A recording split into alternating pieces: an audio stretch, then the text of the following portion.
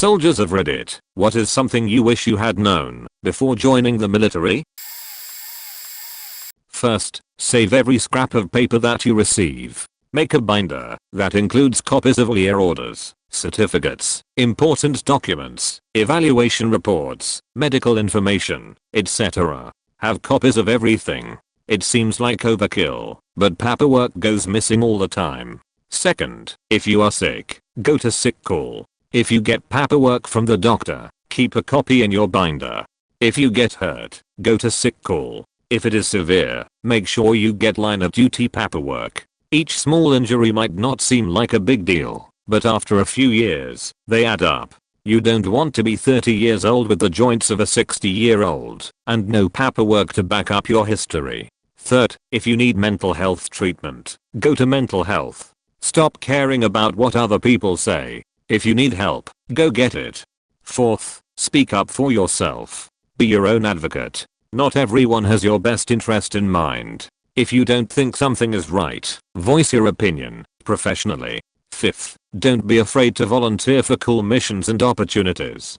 Being able to control some aspects of your career feels pretty awesome. Search around, go on forums, check opportunities, network, etc. Sixth, go to school. Actual school.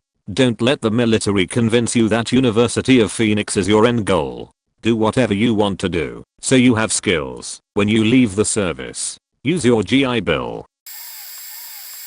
Volunteer for nothing. Especially if they are looking for volunteers for a course that on the surface sounds amazing, but when you look around you are the only one with your hand up and suddenly you are cleaning some sheet for someone else. Recruiters lie. It's a numbers game to them.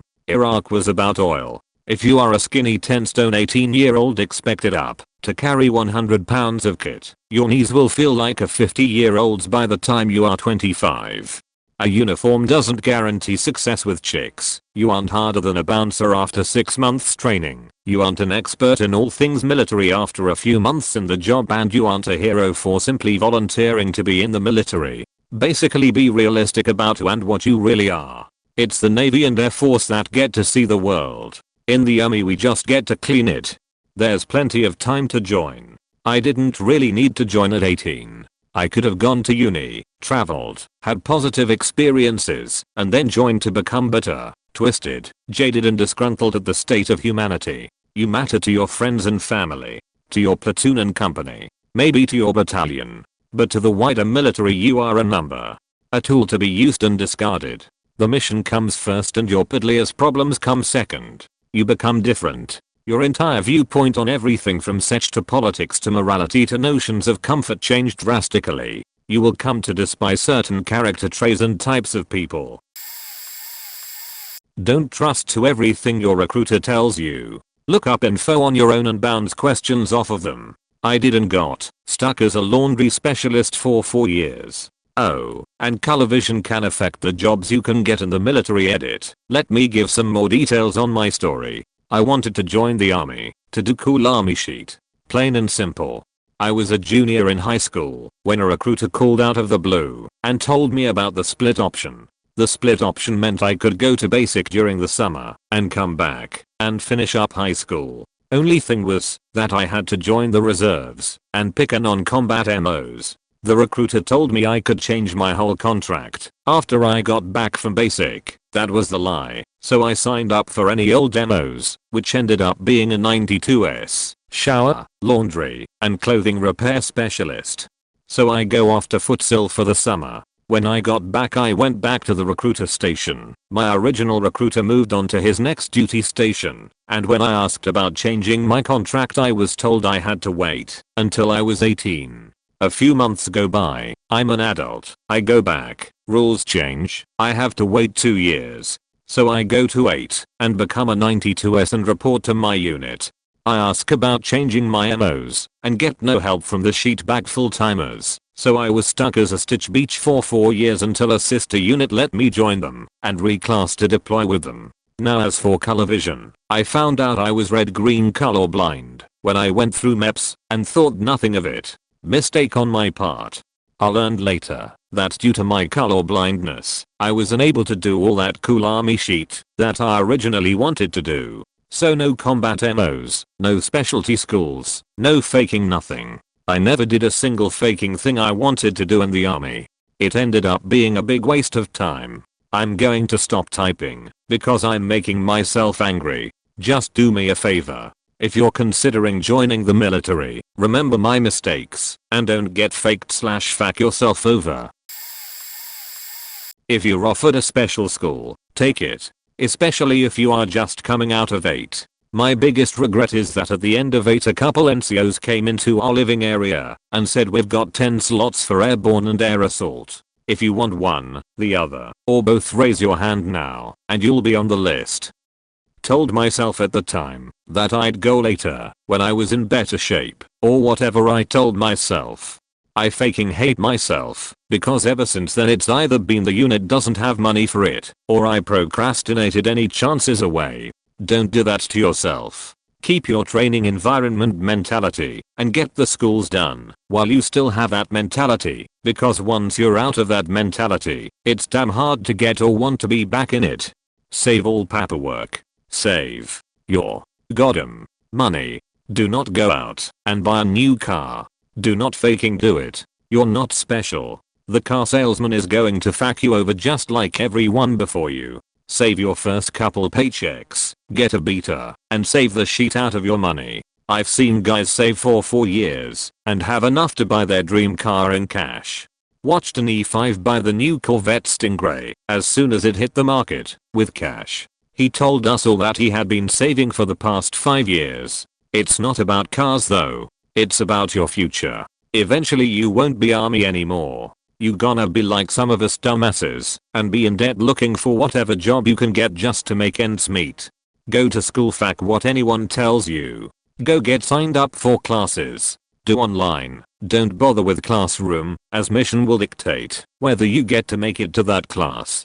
Try telling 1SG you can't go to the field because you got class. So take as many online courses as you can. Shoot for a degree of any kind, preferably one you want. You'll be leagues ahead of everyone else. Finally, get seen for anything medical. Keep the paperwork.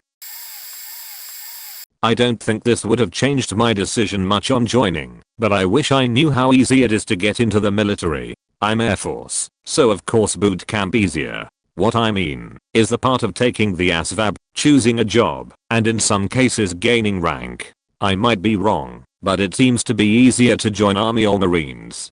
Yes, I know the boot camp bit harder, but I'm sure everyone from any branch can support me on how certain people can make it through. This is what concerns me.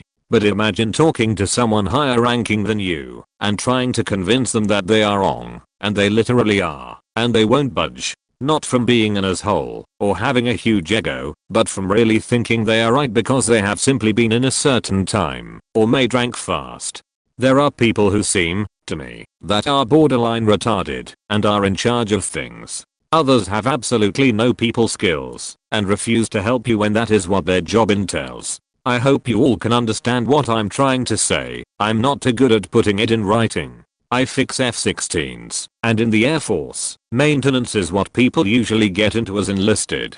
I'm considered the friendly guy everywhere I go. I don't use my rank as an NCO the way the military wants me to do it. I ask people to do things, not tell them. It's not supposed to be that way, and I fully agree with doing what you are told. I also believe in keeping your mouth shut. Hard work is hard work. I respect the rank, but that can only go so far when the actual individual is a moron. I treat people like adults, whether they are new or my boss. Edit. I respect people that are in the military. I still look at myself as just a mechanic. I've been to Iraq and Afghanistan, but I don't consider myself a veteran. I don't see the Air Force as the easier branch, just the one that you get treated as an adult the most. Understand that while many people who choose to serve might be doing it as an act of patriotism, most are not. A lot of people who end up in the military usually have no way out of a crappy situation. It is arguably a professional welfare system. Understand they will sell you buzzwords like honor, loyalty, and integrity, while many of the people who are grilling you about these principles do not practice them themselves. It is one of the few professions in the world where people with no education can rise through ranks and make your life hell just cause. Understand that the organization you joined sole purpose in life is to exert/enforce the political will of the US government on whomever. Understand that they can give a lesser fuck about you, or your family or your situation.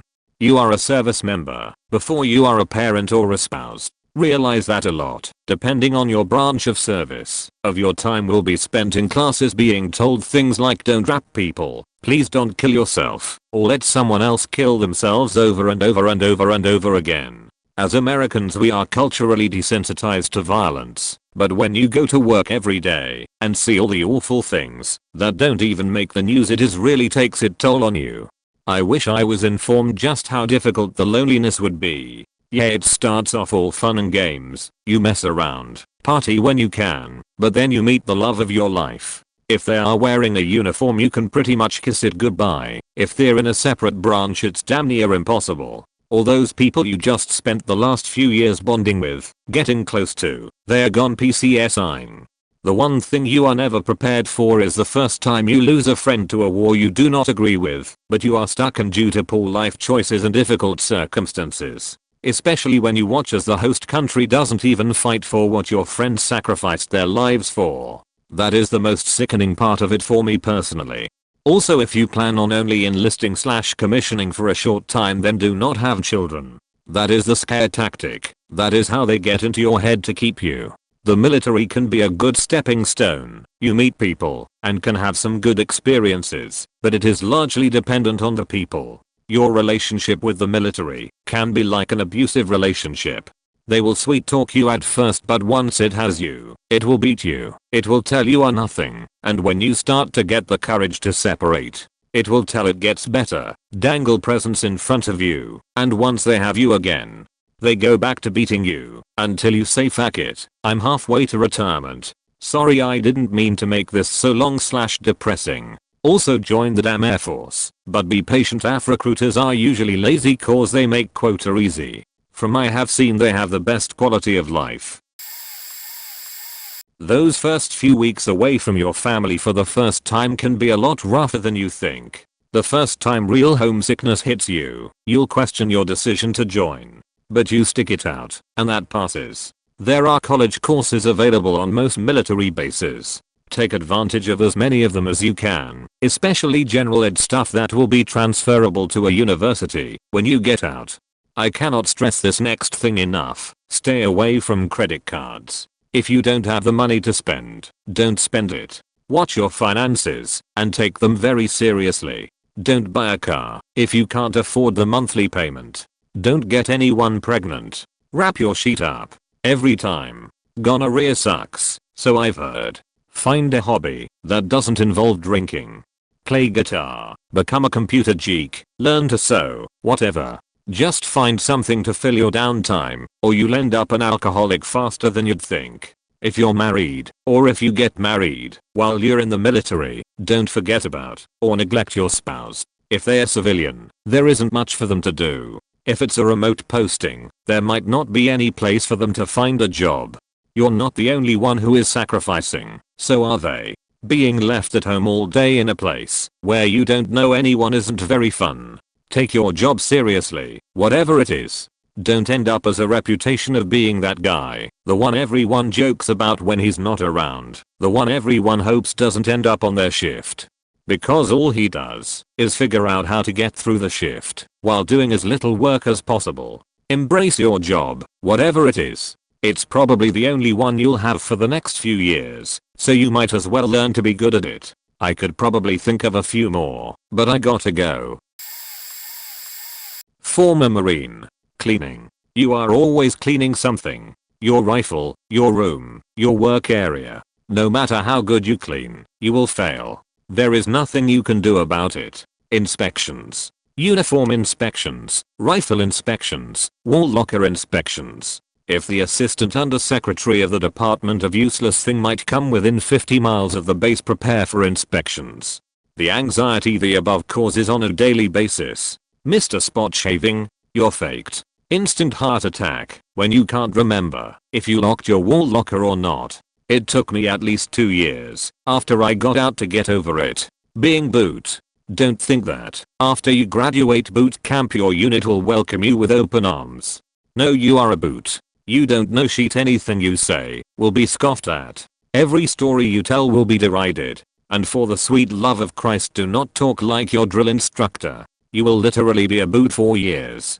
Get used to the idea. Friends. You will make the best friends you have ever had and will have. Careful though, some of them may fuck your wife or girlfriend. Marriage. Don't do it. In the military, on a long enough time scale, everyone will eventually get a divorce. And if you somehow make it though, when you get out your wife may not be able to adapt to the man who used to get so much respect just walking around on base to you just becoming a normal Joe. If you are a bussy now and non-confrontational, that will change, or you will end up not making it. You will be friendless. Accountability. If something is faked up, someone is faked. Officers, I'm looking at you. You poor bastards. 3 dumbasses get DUIs this weekend. Your fault. Some dipshit punches a cop off base. Your fault. Your destiny, career, and future in the USMC can be completely ruined by a couple of 18 to 21-year-olds away from home for the first time in their lives. There are some incredibly stupid Marines out there. Stupid in every sense of the word. No street smarts, no book smarts. You will wonder how they even made it this far. There will also be some incredibly intelligent Marines out there. I don't just mean they are bright or well educated. I mean some Stephen Hawking level shit. Humps. This is my personal hell. I have been hiking before. I hiked part of the Appalachian Trail for 2 weeks. But humps destroyed me. Maybe because I'm not tall, but staying in line and the slinky effect that has. Walk fast, now run. Walk fast, now run for 12 miles. I can and have run 15 miles, and that was easier than moving for 10 miles.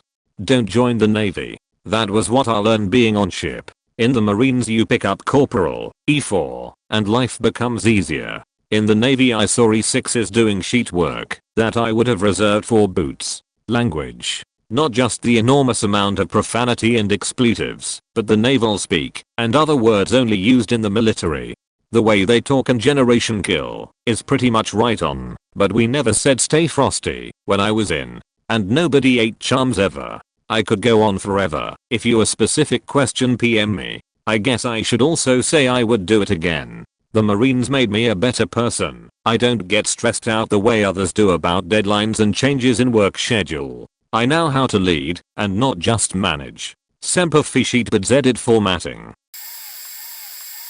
Do not under any circumstances listen to a recruiter. They are entirely full of shit and only care about numbers. Research your job fully and if possible get into contact with a person with your prospective MOs so you can get an idea of what you'll actually be doing in the military. Do not believe the horse sheet video of hua sheet they show you in the recruiter's office. You will work with absolute idiots. Most of your leadership will be worse than absolute idiots. Learn to deal with these people in whatever way works best for you. You aren't fighting for a cause. You are fighting for the woe/man next to you, because we certainly aren't defending anybody's freedom. There is a massive amount of waste. Wasted equipment, wasted money, wasted food, and wasted time. Half of the reason I left. Most of your job will be cleaning. From E1 to E8 you will be cleaning some sheet that somebody with a high rank didn't want to clean. No exceptions. Your firearms training will largely be you being handed a rifle once a year, told to qualify, and then cancelled once you don't qualify, even though you haven't picked up a weapon in forever, unless you're deploying, or are infantry or the like. You will be punished for shit that had nothing to do with you. Whether it was the idiot leadership who faked up by not ordering enough food, or having enough pro masks, or the faker who accused somebody of rapping her at your birthday party on post, wasn't true. The guy was found not guilty, had to go through 2 years of court trials for false allegations. If you're planning on going into the army or marines, be prepared to be treated subhuman. You have given up your rights as an American citizen to become a soldier. You aren't entitled to the same rights as normal citizens once you are in. You are essentially an indentured servant. No right to speedy trial. You can be tortured, put to death for seemingly idiotic rules such as adultery, etc. Save all of your paperwork. No matter how silly it may seem. It will save you as one day, when somebody loses your paperwork, that shows all of the schools you've gone to, and you're somehow faked out of all the awards and skill identifiers you've worked hard to earn. Stay away from sheet bags. They will ruin your military career and your life. Find people who aspire to better themselves every day and latch yourself onto them. Take full advantage of all of the benefits the military offers you. There will be people who try to give you shit about using the benefits you're entitled to, fact them, and don't give any facts about what they say. They put those programs in place because it was necessary to give the soldiers some kind of compensation for the shittiness they've dealt with.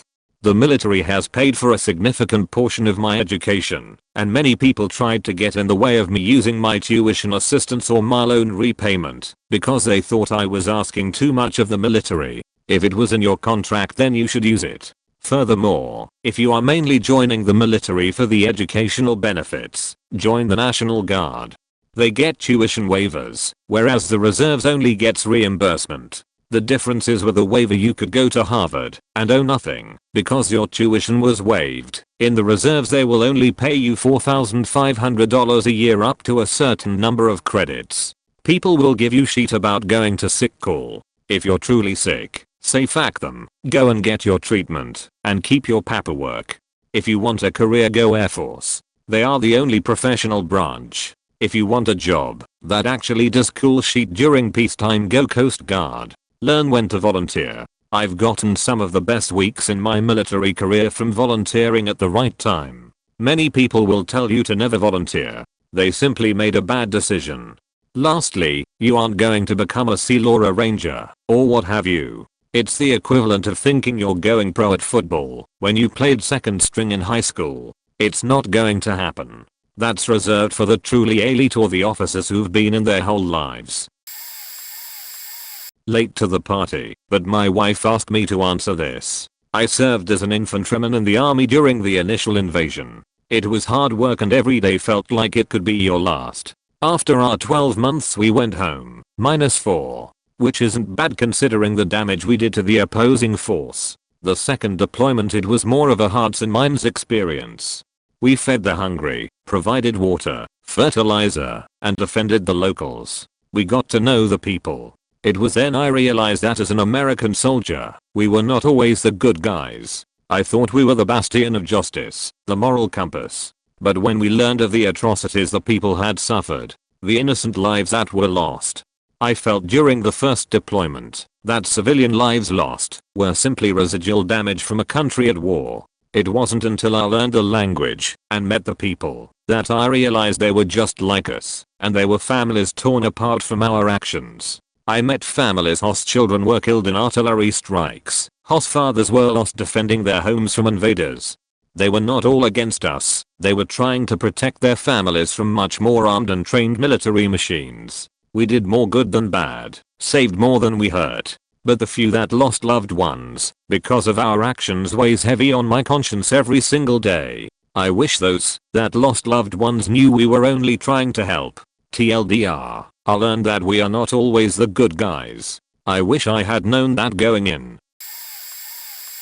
I'm late to this thread, but here are 2 things I haven't seen mentioned enough. Learn to save your money. You will find you get paid more than just what goes into your bank account. Your food and housing are completely covered. Even as the years go by and you move off base, you will likely have roommates and get to pocket some of your housing allowance. Be sure to set money back for the future. I saved 50% of my monthly pay for the last 2 years of service. Had I done that for my entire service period instead of buying sushi, liquor, energy drinks, and pre-made food at every convenience, I could have bought a house in full while I attend school. Don't get married for the benefits. I'm an avid reader of r/personal finance, and every now and then some soon-to-be military member will create a post asking about marriage benefits vs staying single. It's not worth it.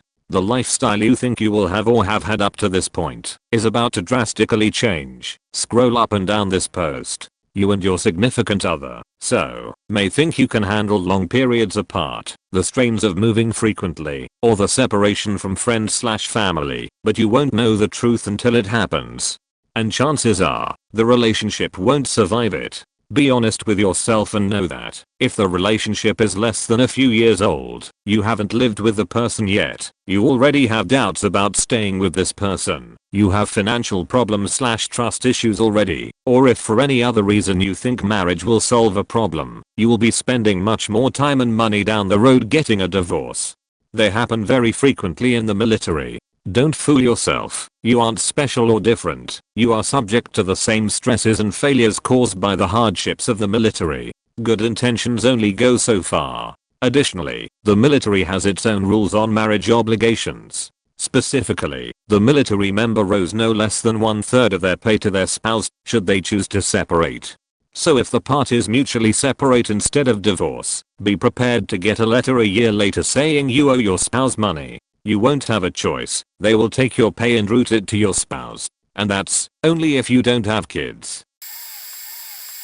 Politics is the name of the game. Office politics and real politics. Forget everything you saw on Band of Brothers. The military is not some group of honorable and loyal citizens with integrity standing up to fight the enemies of the nation. It's a giant bureaucracy filled to the brim with high school cliques, pissing matches, backstabbing, and enough political correctness to make a Berkeley women's studies professor proud. You will spend 10 times as much time learning about equal opportunity and sexual harassment than you will ever even touching a weapons system. Everything you say can and will be held against you by anyone who heard it, might have heard it, thought they heard it, or knowingly made up that they heard it. Sire. And when you're done doing that, sire again. And then a third time just to be sure. Vet your real friends very carefully. Join a small group of people you know you can trust, and then be friendly, but not friends with everyone else. Be middle of the road. Watch what you say and do. No joking, no obscene stories, no tales of what you did at the bar. The walls have ears. And hands holding Article 15 paperwork pre-filled out with your name on it. You will see more sheet bags than you ever thought possible. Work is a giant game of musical chairs and the last one to not get out of it is the guy stuck doing it. And usually either the guy least capable, or most capable, but too naive to realize he just volunteered for an extra 10, 20 plus hours of work a week with no extra anything to show for it. If politics is king, then PT is queen, for males. Run, and then run some more. Your entire career depends on it. You can be the smartest, most capable, tactically minded weapons expert with unshareable honor and a sense of duty and selflessness in your unit. But if you're a slow runner, you're going to be taking orders from the meathead, who got a 58 on his ASVAB, has prior drug/alcohol convictions, and can't tell you what caliber the M240B fires. You cannot get flagged for promotions for being stupid. You cannot be flagged for being a sheetbag. You cannot be flagged for failing weapons qual. No one fails. They reshoot you till you pass. You cannot be flagged for not being able to really do much of anything. You can be flagged for not being in shape. If you don't want to be stuck in the lower ranks forever, get in faking shape and stay in shape. If you're female, the PT standards are so low that you pretty much have to show up and not be paralyzed. 4 things that apply to anyone thinking of joining regardless of branch. Do not buy a flashy brand new car. Paying $400 for 6 years will severely impact your ability to save money for more important things, like a home or some backup cash, if you don't want to re-enlist. On that note, don't buy a home.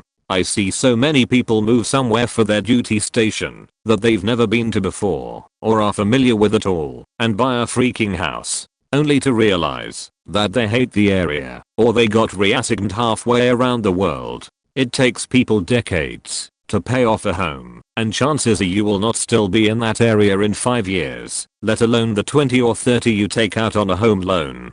Don't get married unless you truly want to spend the rest of your life with that person and have been dating/living together for a considerable period of time, and you have similar lifetime goals beyond the military, unless you're both lifers. Divorce rates are sky high, and alimony is a beach. Basically, don't get married for the convenience of having a federally recognized relationship status. Don't have kids/go around having unprotected sex. As a woman it kills me to say this, but I've known enough real sheethead chicks to trap guys in with kids by forgetting their pills or something. I want to reiterate that obviously not all women do this or approve. It's a dirtbag move that I feel is equivalent to rap. My point though Take some initiative and use a goddamned condom. So many people grudgingly re-enlist, only because they feel it's the only way to provide for their unplanned kids. Oh, and kids aside, STIs are pretty awful. Just use the condom. And ladies, your birth control is covered, so don't slack on seeing your doctor. TLDR, aim to finish your first enlistment without being in debt to anyone. You won't know for sure if you'll re-enlist until then, and being forced to re-enlist because of poor financial planning when you're not fond of the job will suck your soul. Air Force checking in here. The Army and Marines get cheat on like nobody's business. My Air Force buddy, while in Korea, we were both there, actually found a lost army dude straight from their tech school, or whatever it's called, stranded at a bus stop because he didn't have a sponsor or they didn't give a fuck or something. It blew my mind that he didn't have instructions the whole way or any contact at all. He just knew the name of the base he needed to get to, but my friend took a few buses and taxis with him to help this poor guy out. PT every faking morning at 5 AM. Fuck that shit. We do it about once a week as a shop, not even as a unit or squadron. My impression is, unless you're an NCO or higher in the more gung-ho branches, you're just a piece of shit it seems. In the Air Force you can get away with calling people dude, bro, man, whatever you want to, within reason. Going to parade dressed in the food court on base when a SS duty and the AF just says hey looks faking awful and stupid to us. Navy seems to be a lot closer than the Army or Marines to our quality of life, at least on some points. The military is fickle. In basic they teach you to be a team, and then when you get to your first base, they teach you to be more of an individual or to blend in, especially out in public. The one thing I wish we could do is legitimately yell at people who are faking idiots. I'm tired of the bossy approaches we have to take, the bullshit mediation tactics to make it seem like it's okay buddy, don't worry, you just messed up, no don't cry, fuck, that shit. All in all, we're the best quality of life. Food still sucks, having roommates still sucks, but it's nearly always better than any other branch's situations. And yes, we get to travel 5 years in, and I've been stationed in 4 different countries, not including the US, enjoying Japan right now actually. Any questions about going Air Force, feel free to PM me. I'll tell you all the good and bad. Don't make these decisions hastily. I love this question. So here it goes. The number one thing they forget to tell you at the recruiting office. So you go to basic training, right? They break you down and reprogram you from a civilian into a soldier. You learn how to run off just a few hours of sleep, constantly pay attention to small details, be aggressive and do things you didn't think you were capable of doing. You learn that it is not merely good enough, that you are doing the right thing. Everyone else must be doing the right thing as well. But while you are being inculcated with all this good training, you are also being desensitized to people's feelings. As a reserve soldier, I had an especially bad transition back into the civilian world. Everyone kept complaining that I was really mean and insensitive. Eventually it all escalated into me losing my devoted girlfriend and too many of my friends who were just tired of my shit. No one understood how such a nice guy was all of a sudden a grade A jerk in a mere 8 weeks. It took a lot of conscious effort on my part to recover from that and learn how to interact with civilians again. So much so that in 8 I was seeing a counselor once a week to help me deal with all personal shit I was going through because of all the friends I lost. Guys, this is a real faking thing that no one seems to remember to tell anyone when joining the military. Maybe they think it only happened to them, or maybe they are too embarrassed to mention how shitty they were. It doesn't happen to everyone, but I've seen it happen to dozens of soldiers. Former AF here. It depends on your career field. In Iraq we slept in tents next to the army guys, but the tents had air conditioning. In garrison the quality of life is great, but deployments are deployments. If you're in a tactical unit like a ground radar unit like I was, you're gonna fill sandbags, and sleep in tents, and eat MREs, when the chow hall is serving the same thing they served for lunch the day before. By same thing from the day before, I don't mean the same type of food, I mean the very same food. Still, it's inside the wire. Just duck the mortars and rockets and pray it's not your time when you're lying in a ditch for 2 hours during alarm red. The biggest thing I can tell you is in the AF you can go in with a guaranteed job. Go in with a guaranteed job. If you want to be, say, a boom operator on a KC-135 and be on flight status and be guaranteed to stay in hotels wherever you go, tell the recruiter that's what you wanna do. Don't fall for some, well, maybe a slot will open up for you. Just go into open general. No. Find your job you want. Get it in writing that this will be your one and only job, and if they try to fuck you, you have the right to wait and/or separate until a slot opens up. The difference between the AF and the Army or Marines, besides the obvious differences, is that not everyone is an infantryman. This is the lowest common denominator with the Army and Marines. No matter what job you have, you will always be able to be an infantryman. Everyone is an infantryman. The AF is not like this, so choose your job, and don't let recruiters tell you that they can't guarantee you a job because that's horseshit. Other than that, my biggest problem with the AF when I was in was that it was all going towards a corporate direction rather than a military one. This was about 10 years ago, mind you. Endless safety briefings about wearing reflective belts while crossing the street, don't drink and drive, don't drink underage, don't go outside the 4-hour travel window on a long weekend, etc. Every faking week. All the while commanders using words like warriors and such, while everyone's sorta like, what the fuck ever, dude, we're not exactly kicking indoors here. Air Force Command is essentially a bunch of generals who want to be more like their Army and Marine buddy generals, but they don't want to give up all that funding from the Pentagon, so they come up with ridiculous ideas to put into place AF-wide, because they literally have nothing to do but invent shit and ask the Pentagon to pay for it, which they always do. In the end, I wouldn't say I would have preferred the Army or the Marines, but at least every day is based around the military somewhat. It's still about the mission. I did all kinds of specialty schools and such for my job in order to get closer to the tactical side of things, becoming an air weapons director, basically a wax on the ground, controlling fighters, pushing them to FACs, intercepting other aircraft, etc. And it's disheartening when you get pulled off a mission, which you need to do every month for numbers to stay current, because you have to go watch a ComSec briefing on a computer for an hour, or attend a briefing about reflective belts, or have your weapons and tactics intel briefing interrupted by the dude taking over the briefing, to instruct everyone how to set up their Outlook, so they can receive his tasks. Bottom line, however, a golf course on every base, easy basic, easy PT, as long as you're not a lazy ass, best quality of life of all the services. I miss the military, but I don't miss being in the military, if that makes any sense. Maybe some of you other veterans can understand. One of the surprising things about the military training is that a lot of it is taken up by bullshit, while often a lot of really important things are only given a brief amount of time. You might spend days doing ceremonial stuff, while only a few hours on the really important weapons systems. Everyone mentions the don't volunteer for anything motto quite a lot, but to expand out on that it should be, don't volunteer for bullshit.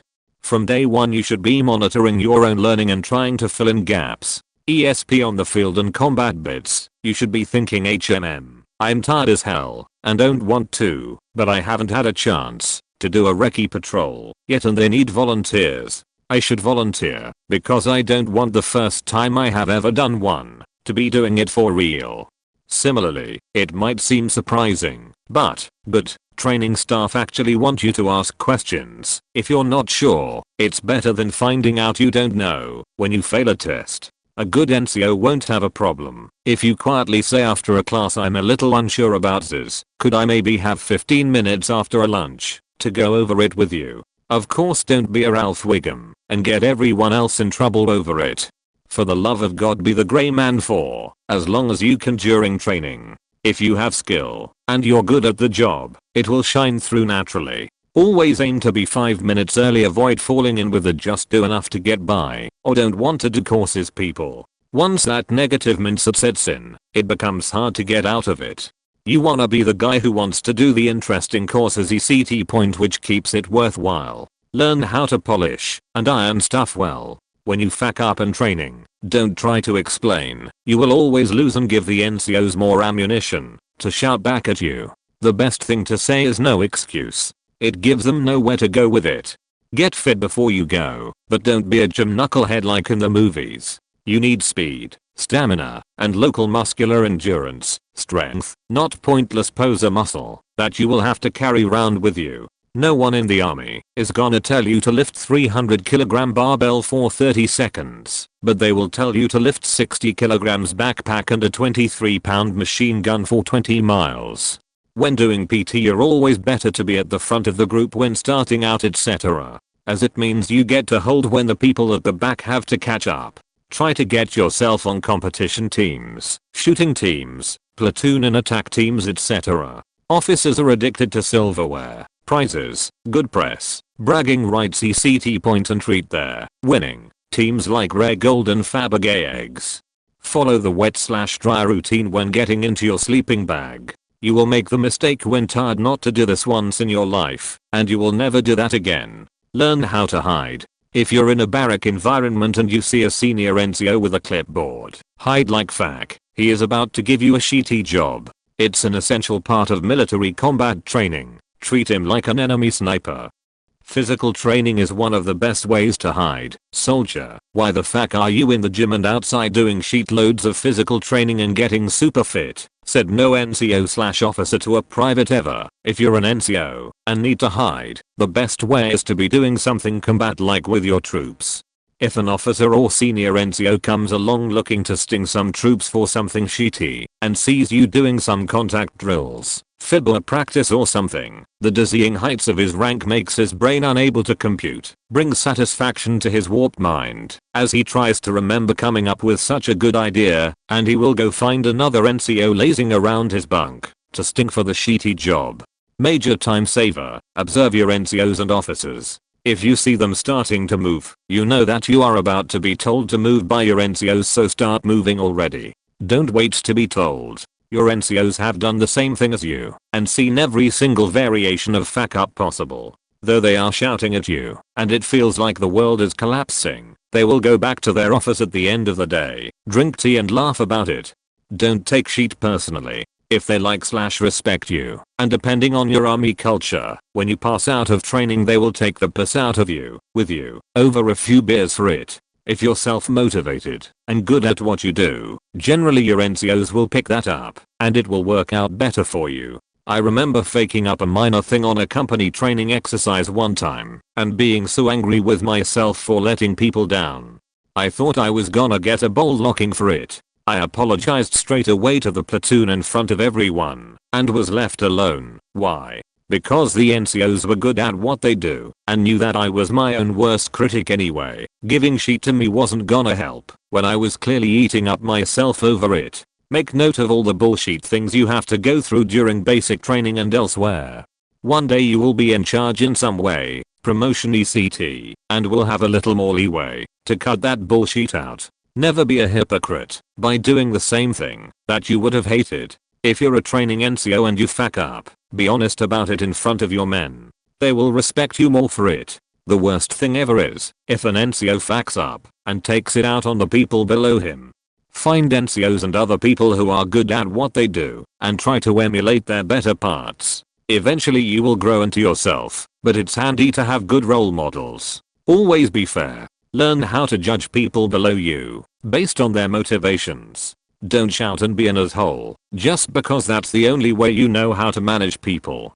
Only if the person is an idiot and faked up and can't be reached in any other way should you do that. We call it the strategic swear word because if you use it too much or shout too much, people stop paying attention. Learn how to switch a temper on and off strategically. You should be able to scream at someone second, "You faking idiot, you nearly got yourself injured," pause, and then continue a conversation. Right then, let this be a lesson and carry on.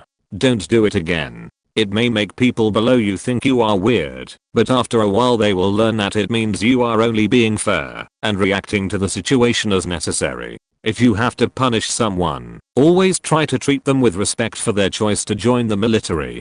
Make their punishment should be a combat related one if possible. For example, some bloke turns up without a piece of his equipment and you can either punish him by making him A. run around the square like a chicken saying "I'm a stupid chicken" pointless, or B. sprint in bursts around the square shouting out each stage of the combat contact drill as he goes. Makes more sense.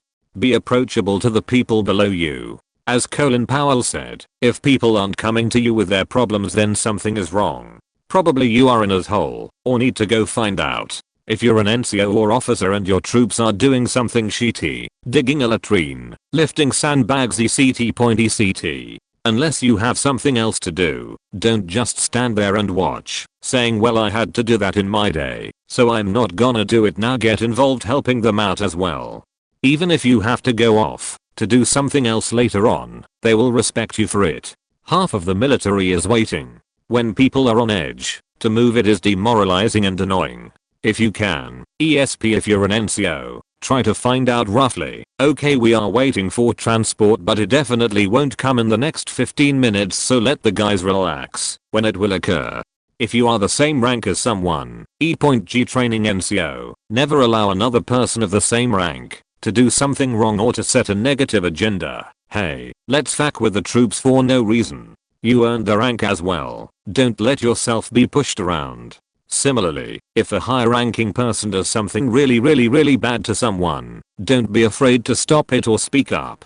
If an NCO is too much of a coward to risk losing his rank to protect his people, then his is probably too much of a coward to risk his life protecting people when it really matters. The high-ranking person doesn't own the people below him, your country does. You are entrusted to protect them on behalf of your country, not some dumbass above you.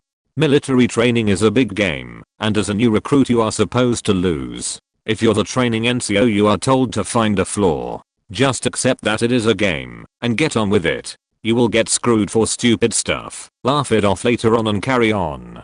The military is the most homoerotic place you will ever be. I really have no idea how the US used to have its stupid ban on gay serving in the military.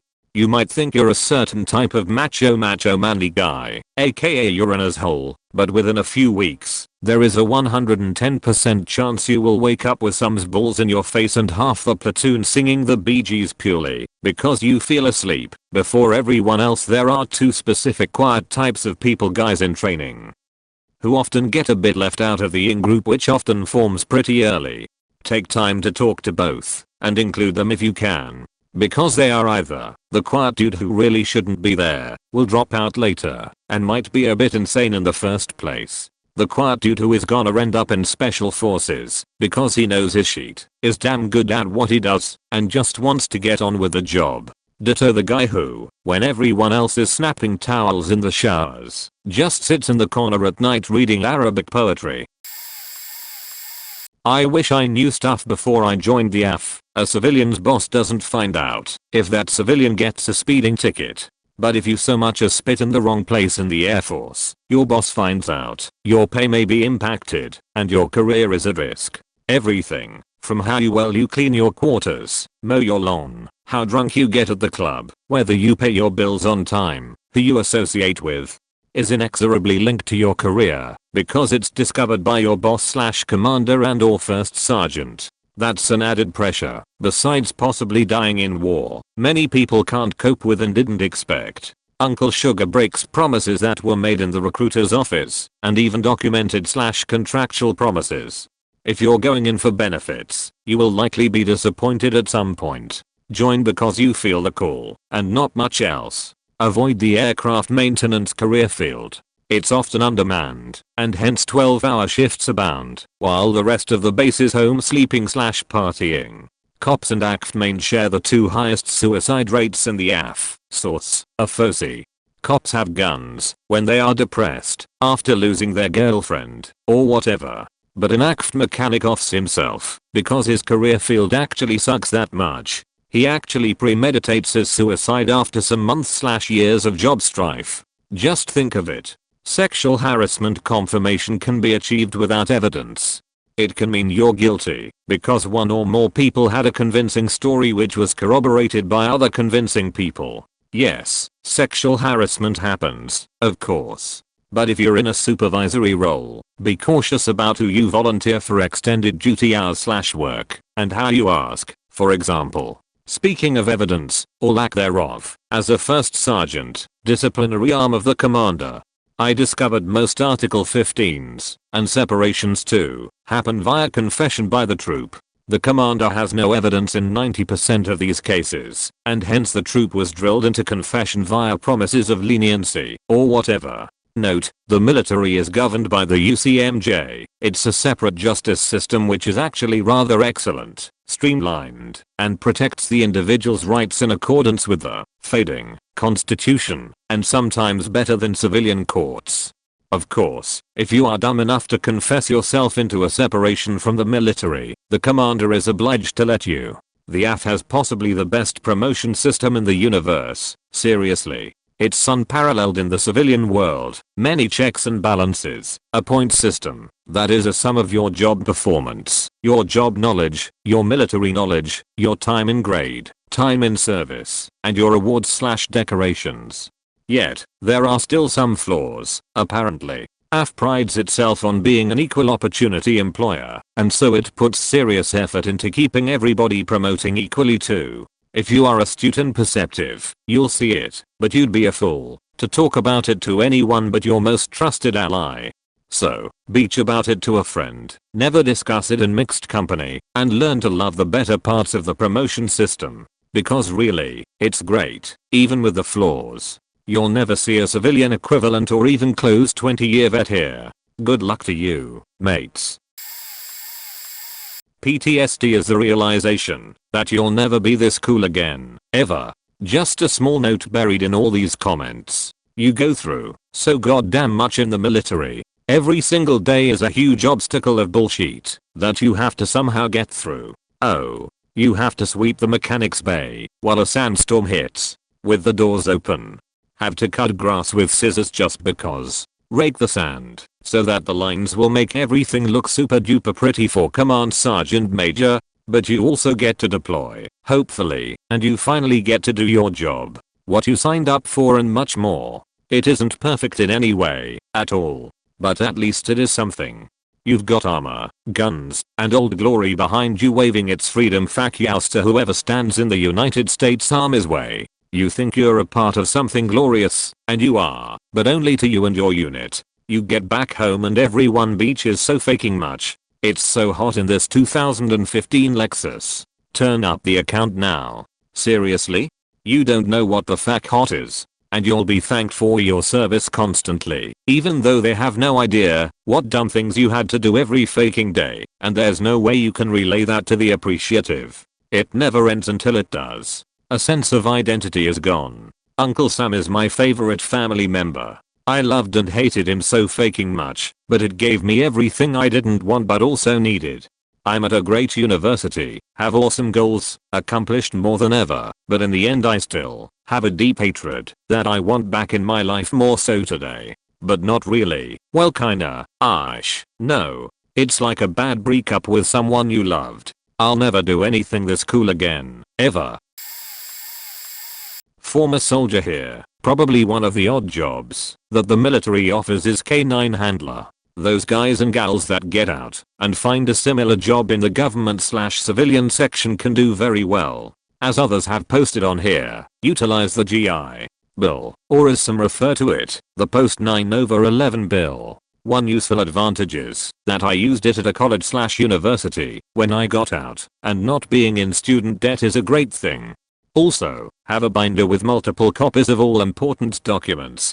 Hunters love a big rack, makes excellent points. First, save every scrap of paper that you receive. Make a binder that includes copies of all your orders, certificates, important documents, evaluation reports, medical information, etc. Have copies of everything. It seems like overkill, but paperwork goes missing all the time.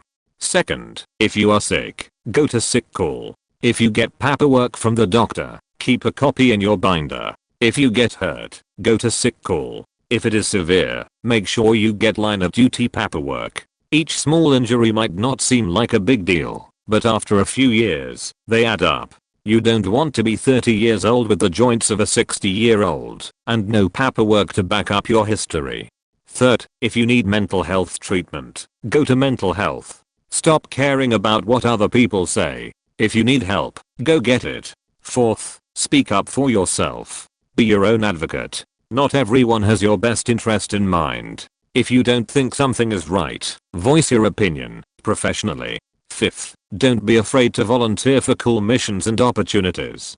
Being able to control some aspects of your career feels pretty awesome. Search around, go on forums, check opportunities, network, etc. 6th, go to school. Actual school. Don't let the military convince you that University of Phoenix is your end goal. Do whatever you want to do, so you have skills when you leave the service. Use your GI Bill.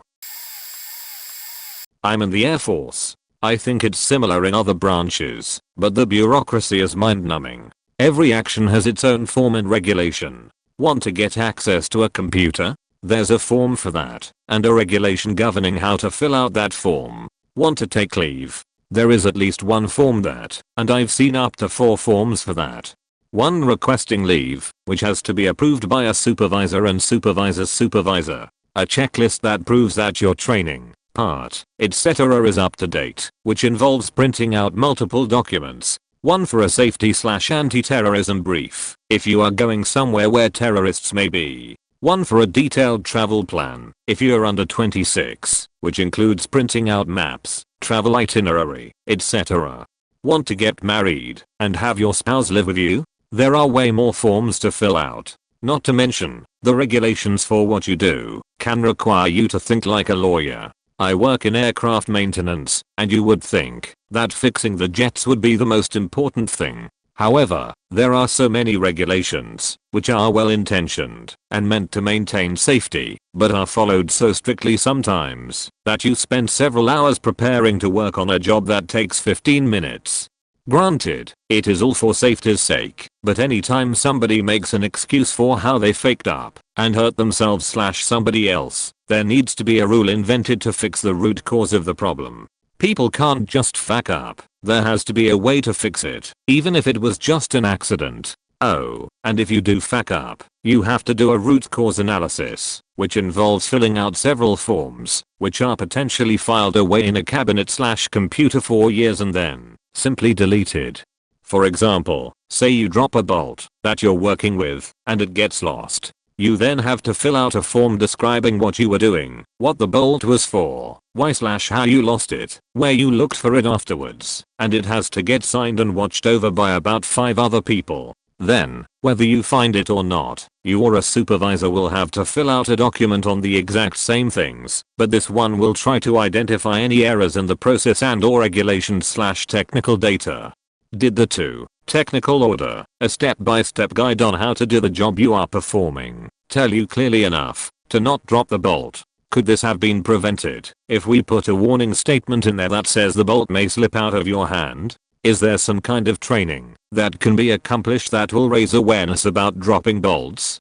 If so, can we make it a fancy CBT, computer-based training, that will have to be accomplished every year? Can we improve the way we look for bolts after they are dropped? How does the dropping of bolts affect the mission? Is there a way we can cut down on the impact of dropping bolts?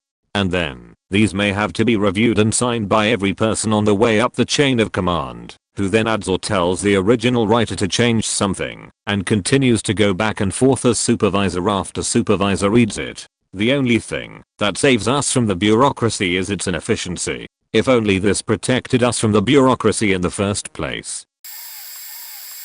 All jobs in the military more or less fall into 2 categories. Bad as grunt jobs (SPOG), person other than grunt jobs, i.e. support jobs like computer technicians, intelligence, logistics. If you want to be a grunt, go Army or Marines and sign up for a job like infantry or tanker or artillery or combat engineer. You'll blow things up, you'll go to the range and shoot guns, you'll be doing fun shit. You'll also spend a lot of time doing non-grunt things like cleaning toilets, vehicle maintenance, taking inventory of equipment, mowing grass, and stripping/waxing/polishing floors. But, you'll get the best combat training there is, and, if you really love it, you can get the chance to go into something like Special Forces/Force Recon/Rangers. Do not join the Air Force expecting to do badass stuff. There are a very small handful of Air Force dudes who have jobs like forward observer, call-in bombers, or para-jump rescue, PJs, operators who recover down at pilots behind enemy lines. Oh, and I think fighter pilot is pretty badass, but that is besides the point. You will not come out of the military on the other end of things with the same opportunities that a POG has. You won't come out the other side with zero job skills like some people say, but chances are your skill sets will transfer to something like armed security or law enforcement.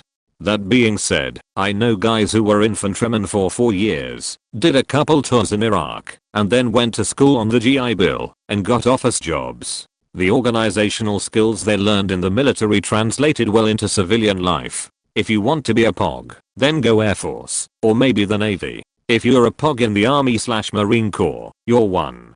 Getting shit on by the grunts, and 2. Probably not going to get the same technical skills training you would in an organization like the Air Force, where 99% are POGs. Also, as a POG in a grunt world, you're going to spend a lot of time getting combat training, but it will probably be a bit half-assed. You'll go to the range once or twice a year to check the box on your mandatory rifle qualification. Now, if you're looking for technical skills training POG jobs, go into the Air Force. I'm a civilian now, and I work with a few fellow veterans, some of whom are retired Air Force. The Air Force, as an organization, focuses on making you a technical expert in your field, whatever that is. They don't expect you to be a super stud combat killer, and they don't train you to be one. They train you to do maintenance on $1,000,000 fighter bombers, or coordinate geospatial communications with satellites, or network supercomputers. That is your job, and time spent doing menial labor is time wasted. The Air Force, as an organization, also prioritizes the well-being of their people. They're investing a bunch of money in training you, and they want to keep you and your family happy in your career. That means you get better perks, better housing, better chow halls, better gyms, work/life balance policies, shorter deployments, etc. They want to make it more enticing to stay vs losing quality people to the civilian workforce. The Army and the Marine Corps, from what I understand, has a bad attrition rate of their best performers. The culture is different. You're expected to live/work in shittier conditions, because that is the life of a grunt, even if your job is not a grunt job. If you sign up for the Air Force and get a good technical skills job, you can do it for a few years and then get out and get a decent job, or go to school on the GI Bill and further your education. Your opportunities will be different.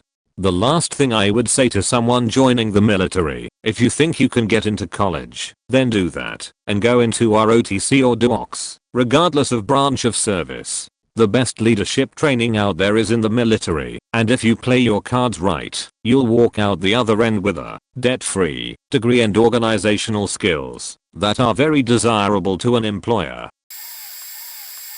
As an enlisted female in the Air Force, I'm no soldier, so my response may be irrelevant. I wish I had known more about the officer side of the house. I probably would have gone ROTC instead of dropping out of college to join. He pay is not even close to as bad as people often complain about. As an E4 I make base pay $2,122.80, bar in MD with dependents $2,139, and base $367.92. That's $4,629.72 before taxes/life insurance. My residency is my husband's parents' house in Tennessee, so no state taxes and only base pay is taxable anyway. It may not seem like a ton, but I know exactly when my next paycheck is arriving and how much it will be, which makes for easy budgeting. What in the hell my job actually was.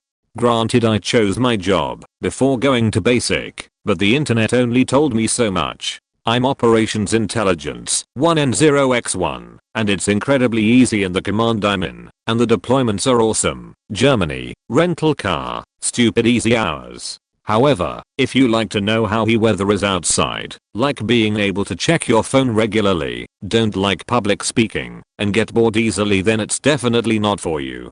Not all deployments are shitty. I assumed I would be deployed every 6 months, and with some jobs you are, but I had to beg for a deployment just to gain experience in my job. Then instead of getting to go to a hostile location and serve my country in the way that I had imagined before I joined, they sent me to Germany. I'd rather be downrange. However, Germany is the deployment lottery, $68 per diem, yes, $68 per day for 6 months, and family SEP pay, $250 a month. Roughing it out in the on-base hotel, and driving a 3 Series BMW. The government pays for lodging and rental car, plus gas, up to a reasonable amount, and I didn't have a home/rent or car payment back in the States, so I pocketed everything. I spent $100 a month on food, and $100 a month on booze, and they provided me with a cell phone. I also would jump on a mission downrange at least once a month, so I got tax-free for the entire month, got some experience, and qualified for the Savings Deposit Program, SDP. The bond/connections that you will make.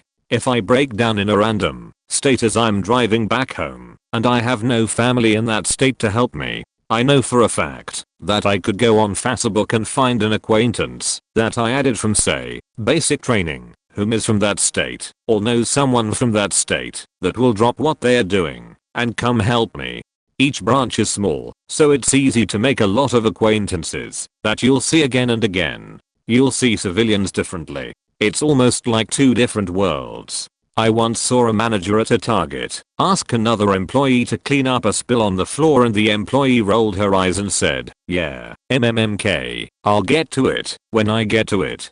I literally froze right there and was like, oh shit, this is it. This is where you die. And the manager didn't do anything about it. In my head I'm thinking, no you rude little beach. The proper response is, yes sir, and then you need to fast walk your ass to that mop bucket and get it done pronto. And the fact that the manager didn't make her get on her face or go trim the grass out front with fingernail clippers was appalling.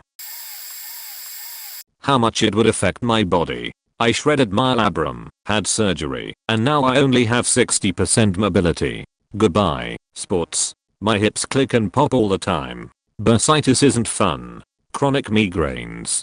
Just all kinds of painful shit. Yeah, I get a retirement check, but it's not enough to make up for everything I'm missing out on. How much it would affect my relationships. I got married in the army. Don't do that. I don't care what you say. She may be the one now, but she won't be for long. The military is a single person's gig.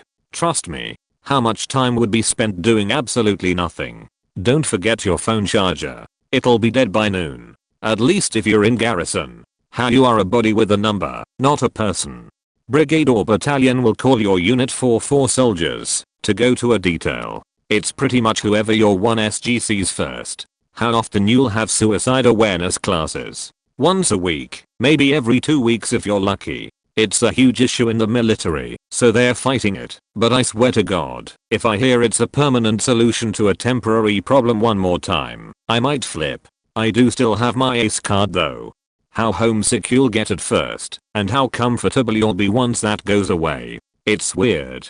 I love being home, but when I got out and went back, I didn't feel at home anymore. So I left, and started a life in another state.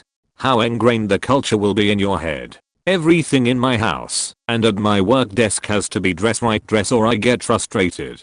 I cuss all the time. When I talk to a superior at work, I put my hands behind my back subconsciously. I eat so fast. My girlfriend holds my hand, so I slow down a bit. Those are just a few. I could go all day. Former Air Force here. Learn how to save some money and basic personal finance.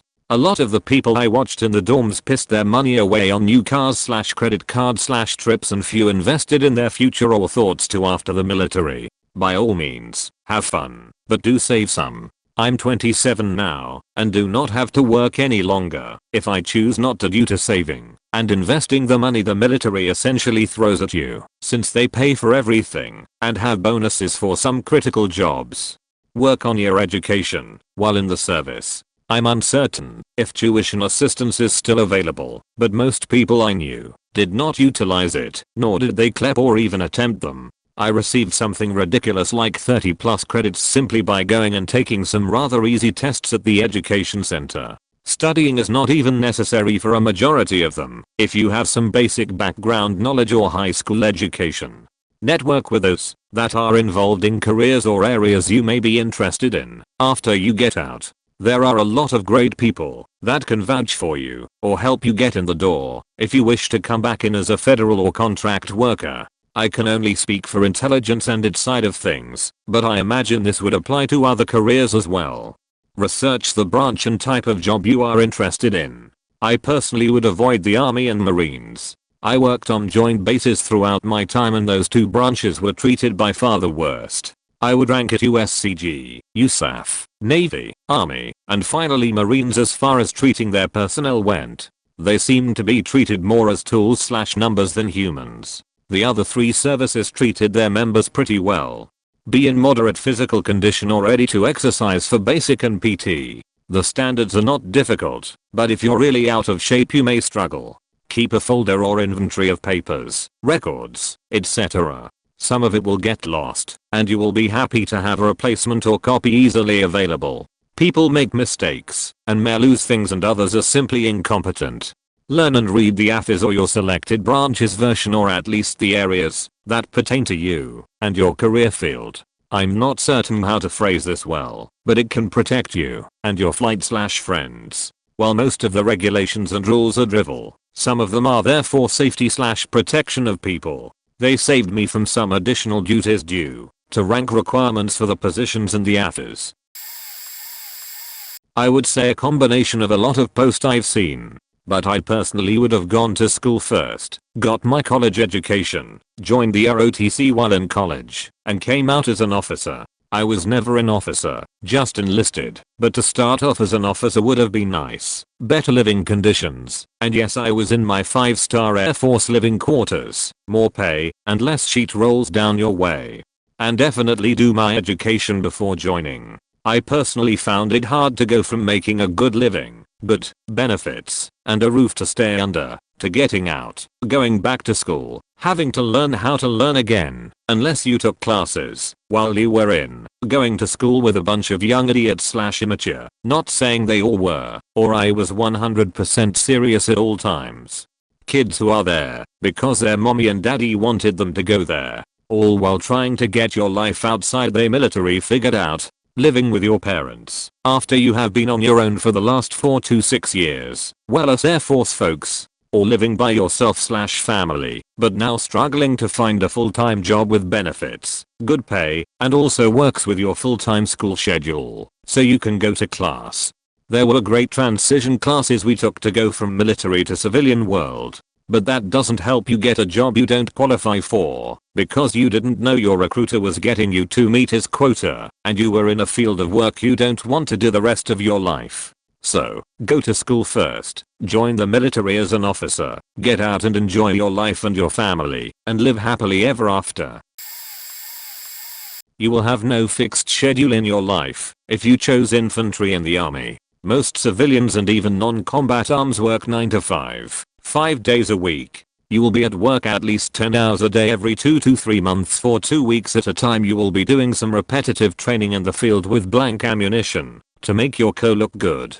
Your days will be slow, boring, and frustrating, but the years will fly by. Worse if you choose airborne, because they screw you over hard and often, and pay you $150 a month extra to justify it. New guys take every jump that's not during the work week, and you're not getting that time off back.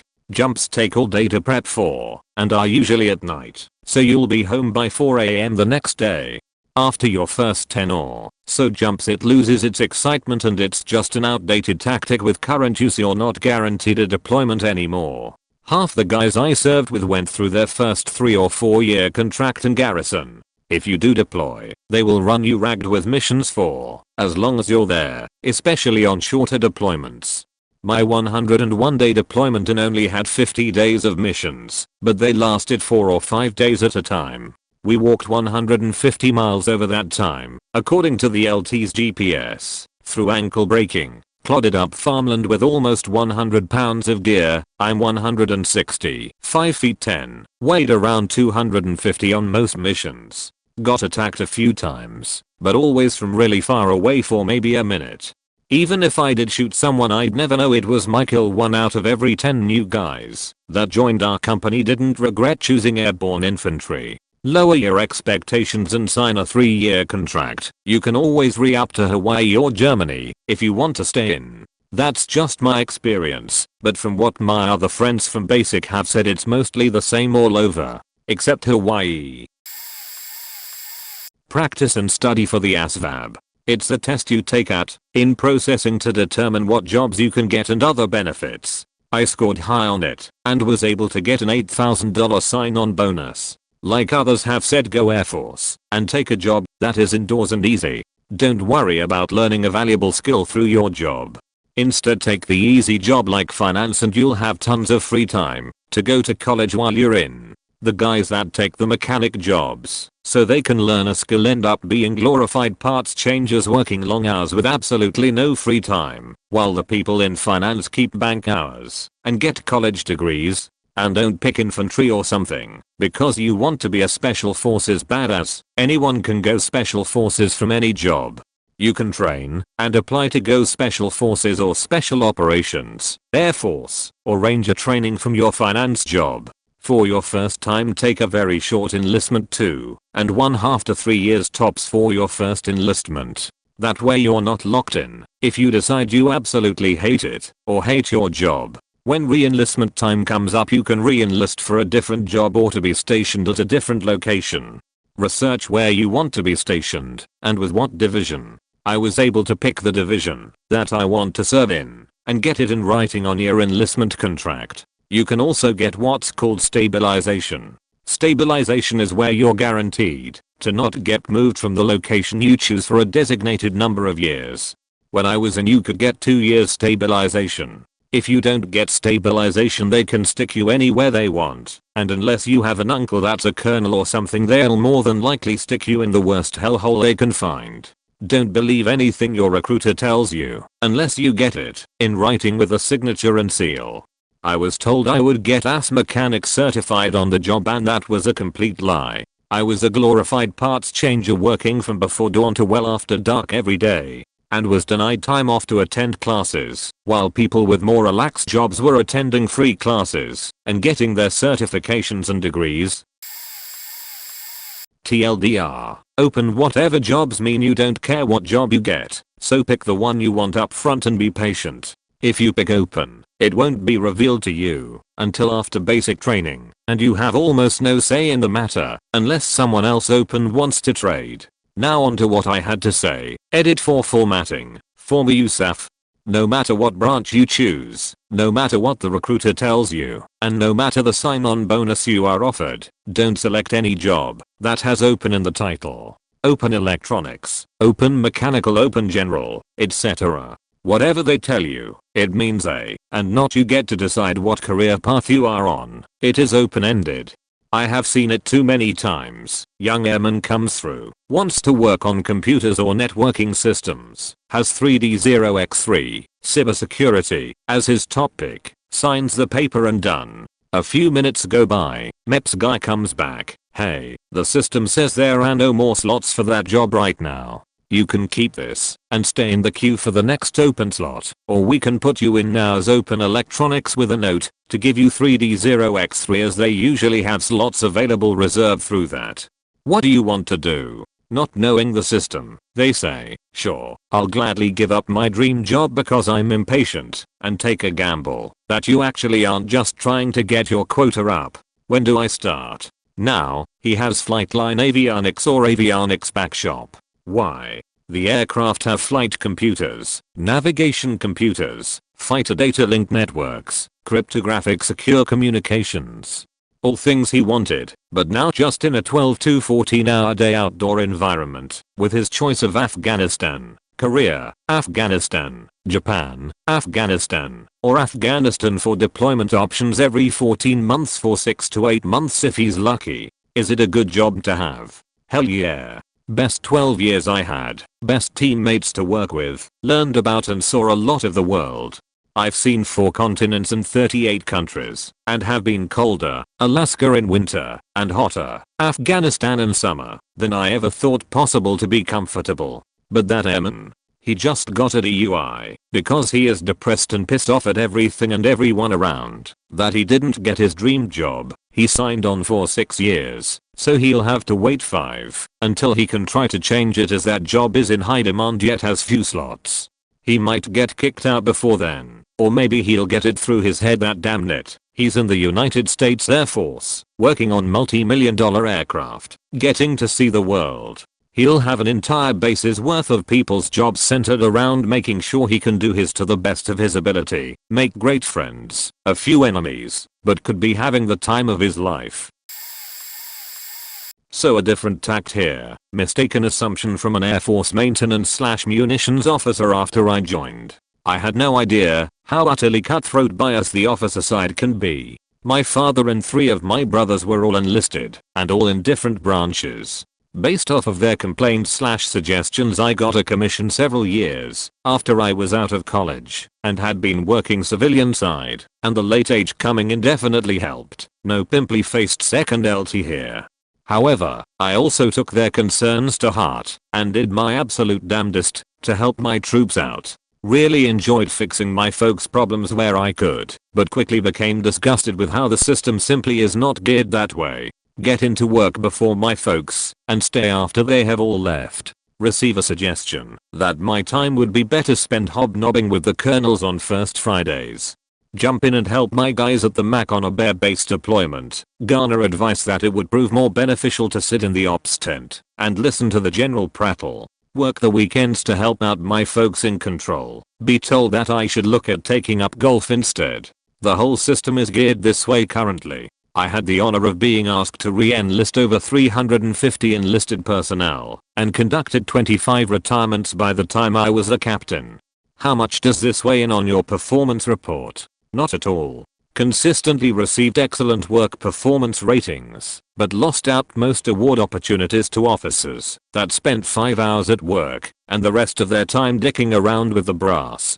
Any real maintenance officer knows that he probably won't make it above Maj/LT col cause you just don't have the free time to politicize yourself to the top. Sure, your troops might love you, but you won't go anywhere in the long run. The SHARP program, sexual harassment/assault, is used as a weapon against a lot of innocent soldiers. If Sergeant X asked PFCY to complete a task, and PFCY is a sheetbag who just doesn't like to work, they can just walk up to the chaplain, or whoever, and file a SHARP complaint, and say Sergeant X tried to rap me. If there is no proof of Sergeant X's innocence, it's quite possible there might be some level of reprimand anyway. It's fucking disgusting. I'm a mechanic in the National Guard. Active duty, you're always working on something, but the only time I turn a wrench in the guard is on at. The other 11 months out of the year our leadership utilizes us to clean the armory, landscaping, painting, general area beautification. Also, to get a job as a tech or a dude's jobs you have to know somebody.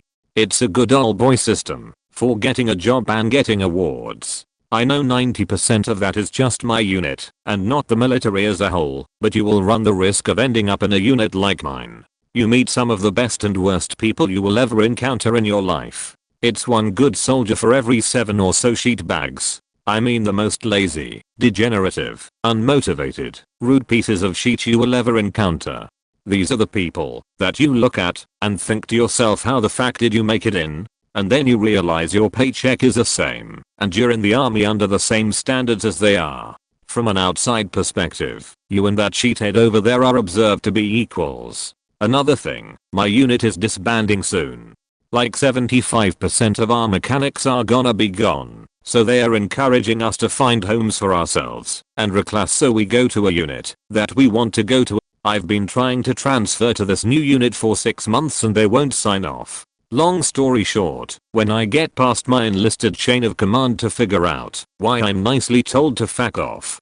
Found out through a buddy they want me to be one of the 25% to stay there if they can help it, because I'm one of the non-sheet bags. It's a terrible unit, and I don't want to stay there, and they won't even tell me they want to keep me there / give me the reason they haven't signed off on my transfer themselves.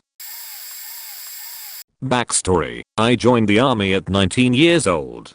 I did no apply myself at school, barely passing high school, not because I'm not intelligent, but because I honestly gave zero fucks. I was working a morning shift at UPS as an unloader. I had experimented with marijuana and saw myself going down a path I knew was no bueno. I joked about joining the army for weeks with my mother before one day coming home with the signed papers with a date I would depart. Fast forward almost 9 years later.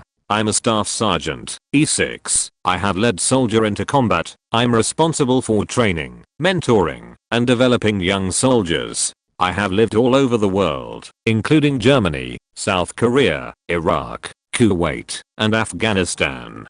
I have mentored foreign army soldiers, grooming them to be self-sufficient and able to defend their country against insurgency. I have almost died on several occasions during my vacations abroad. I'm a father of 3 children, giving them the father and childhood I never had. The answer to OP is simple. I wish I would have known how great of man and father the military would make me into. Had I known, I wouldn't have joined at 19. I would have joined at 18. I never would have seen myself where I'm today, and only the military is to thank for this. The military, though not for everyone, is the single-handedly best thing that has ever happened to me. And though some will say I drink the Kool-Aid, I would recommend it to anyone who wants to better themselves as a person. Short, do not enlist. Enlisting is for suckers. Long, my biggest mistake was being too smart for high school. ACA, not trying, rebelling, passing my stupid classes with little effort, because it was beneath me, or so I thought in my wise young years. Dumb. My parents are poor. After graduation, it was get a job, or get a job, and go to school. I chose the former, because I thought school is for suckers. In retrospect, it kind of is, but if you don't have structure or know what to do with your life, it is more important than volunteering to be everyone's little man slave for 4 to 6 years. I worked at Nz's ball valve company in Houston, Texas for a year, and got tired of the chemicals, and pretending to speak redneck with a bunch of old, broke-back, white hillbillies. I didn't want that future. I loved computers as a hobby since childhood. So I went down to the local Air Force recruiter and took my ASVAB, scored high, and got a computer job 3C0X1, which isn't around anymore. Did 5 years and got out. During my enlistment, I was treated like complete shit. I had to kiss everyone's ass and was talked down to quite routinely. I enjoyed my time overseas and my life experiences in general, but I always found myself envious of the officer's life. Straight out of OTC/Ox, 01, but a bar is higher rank than any enlisted man and earns about the same as an E7 that has been in roughly 10 to 12 years. Look up the pay grades if you want specifics. I don't care. The military also pays off your student loans. Officers get automatic rank up to 03, then need to make 04 if they want to have a shot at renewing that fat commission, but this has no effect on paying off your student loans, which will be gone by year 8. Basically, an officer doesn't have to work unless he flies aircraft. An officer is essentially a decision maker or a business manager. He gets a team of worker bees, and though the officer may get yelled at or treated like shit from time to time, he can make his worker bees do all of the work for him and go home early every day. If one of your worker bees fucks up, well, you may get yelled at, but essentially, you can toss your lowest ranking worker bee under the bus and you get away with murder, or go golfing with your officer buddies during office hours. I got out in 08 feet. There were some structural changes going on then, but overall, cliques are bound to form in each squadron, and officers are on top of the food chain. Each squadron is different, and not all officers can get away with stuff given the environment. However, statistically speaking, you have a much higher chance of getting away with stuff, working less, and getting paid more if you are an officer. Not to sound too generic, but would it be worth joining the military at age 25 with mediocre work history and a bachelor's degree? I graduated in political science, did some freelance journalism, and was a local political analyst. Did some campaign stuff too, but now I'm kinda having a rough time looking for solid full-time work that offers a salary good enough to survive with all things considered. I've had career advisors talk about going in a branch as an officer, but I've been told countless of times off the cuff by ex and current military people that these people get zero respect. It's more trouble than it's worth if you had no prior military experience, which is understandable, and that all the branches are stacked to the gills for candidates due to people turning towards the program due to the rougher economic times. What's the truth in all this, and what else is there to consider? Would it make more sense to just go enlist despite the degree and all that? I apologize if I sound unfamiliar and out of my depth with things. I'm just in a desperate situation where I'm not where I should be in life, and I figure it might be worth a go to look into to ensure I could be off the streets and get some training for something that could yield better results than my current situation. Lastly, do I fall in the older age range for military where I'd be passed on due to the age I'd be when I get out, or is that not too big of an issue? I appreciate any feedback. A letter from Bob Norris. The 22nd of December 2005. Young man, congratulations on your selection to both the Naval and Air Force academies. Your goal of becoming a fighter pilot is impressive and a fine way to serve your country. As you requested, I'd be happy to share some insight into which service would be the best choice. Each service has a distinctly different culture. You need to ask yourself, which one am I more likely to thrive in? USAF snapshot. The USAF is exceptionally well organized and well run. Their training programs are terrific. All pilots are groomed to meet high standards for knowledge and professionalism. Their aircraft are top-notch and extremely well maintained. Their facilities are excellent. Their enlisted personnel are the brightest and the best trained. The USAF is homogeneous and macro. No matter where you go, you'll know what to expect. What is expected of you, and you'll be given the training and tools you need to meet those expectations. You will never be put in a situation over your head. Over a 20-year career, you will be home for most important family events. Your mom would want you to be an Air Force pilot, so would your wife. Your dad would want your sister to marry one. Navy snapshot. Aviators are part of the Navy, but so are black shoes, surface warfare, and bubbleheads, submariners. Furthermore, the Navy is split into two distinctly different fleets, West and East Coast. The Navy is heterogeneous and micro. Your squadron is your home. It may be great, average, or awful. A squadron can go from one extreme to the other. Before you know it, you will spend months preparing for cruise and months on cruise. The quality of the aircraft varies directly with the availability of parts. Senior Navy enlisted are salt of the earth. You'll be proud if you earn their respect. Junior enlisted vary from terrific to the troubled kid the judge made join the service. You will be given the opportunity to lead these people during your career. You will be humbled and get your hands dirty. The quality of your training will vary, and sometimes you will be over your head. You will miss many important family events. There will be long stretches of tedious duty aboard ship. You will fly in very bad weather and or at night, and you will be scared many times. You will fly with legends in the Navy and they will kick your ass until you become a lethal force. And some days, when the scheduling gods have smiled upon you, your jet will catapult into a glorious morning over a faraway sea, and you will be drop-jawed that someone would pay you to do it. The hottest girl in the bar wants to meet the naval aviator. That bar is in Singapore. Point bottom line, son, if you gotta ask, pack warm and good luck in Colorado. Bangs APS. Air Force pilots wear scarves and iron their flight suits. PSS. And oh yes, the Army pilot program. Don't even think about it unless you got a pair bigger than basketballs. Those guys are completely crazy.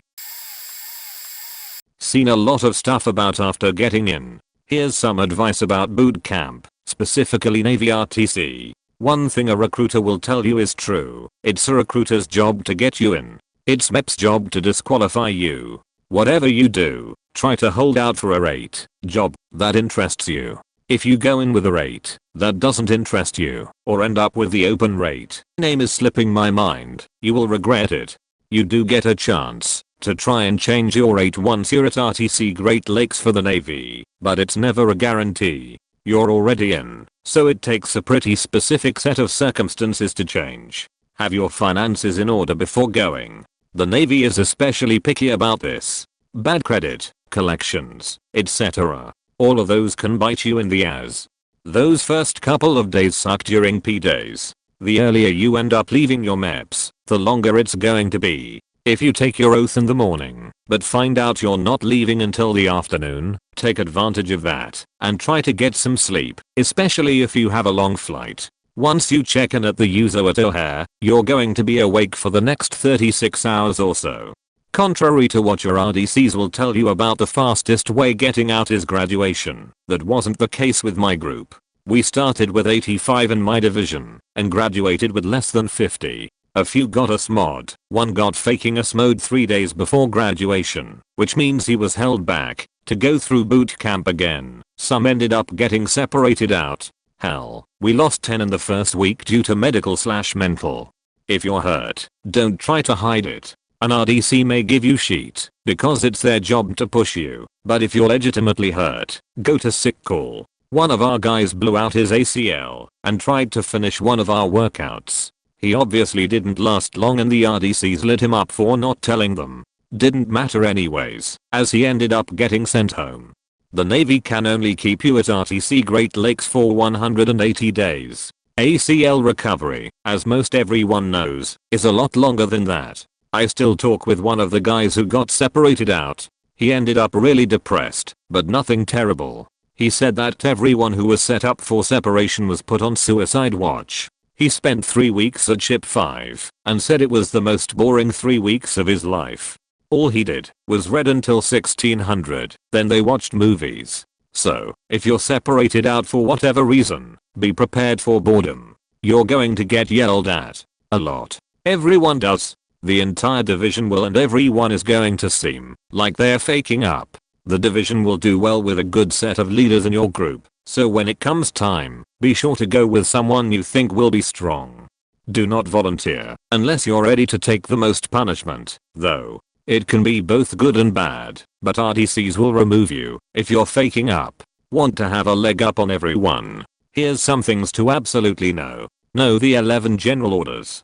You don't have to be perfect with rate, but know what ranks are. Chiefs/senior chiefs/master chiefs faking lick their chops waiting for someone to call them a chief when they are a senior or master chief. You'll see officers, but not nearly as much as you think. Most of the days, you'll have petty officers around you. Learn how to make a bed with hospital corners. I know it sounds ridiculous, but several guys got a smod out of our division because they couldn't make their faking rack. Get in whatever kind of shape you can. If you go to boot camp out of shape, you're going to regret it. Knowing the phonetic alphabet will help you in the long run. Speaking from army perspective here. Most, not all, mine wasn't too bad. Recruiters are going to lie or stretch the truth about a lot of things they say. Get everything in writing and talk to actual veterans before you join. It's not nearly as grand as you probably think it is. Most of my time is spent sitting around or doing some BS the higher ups make for us. Keep all paperwork because they can and will lose it.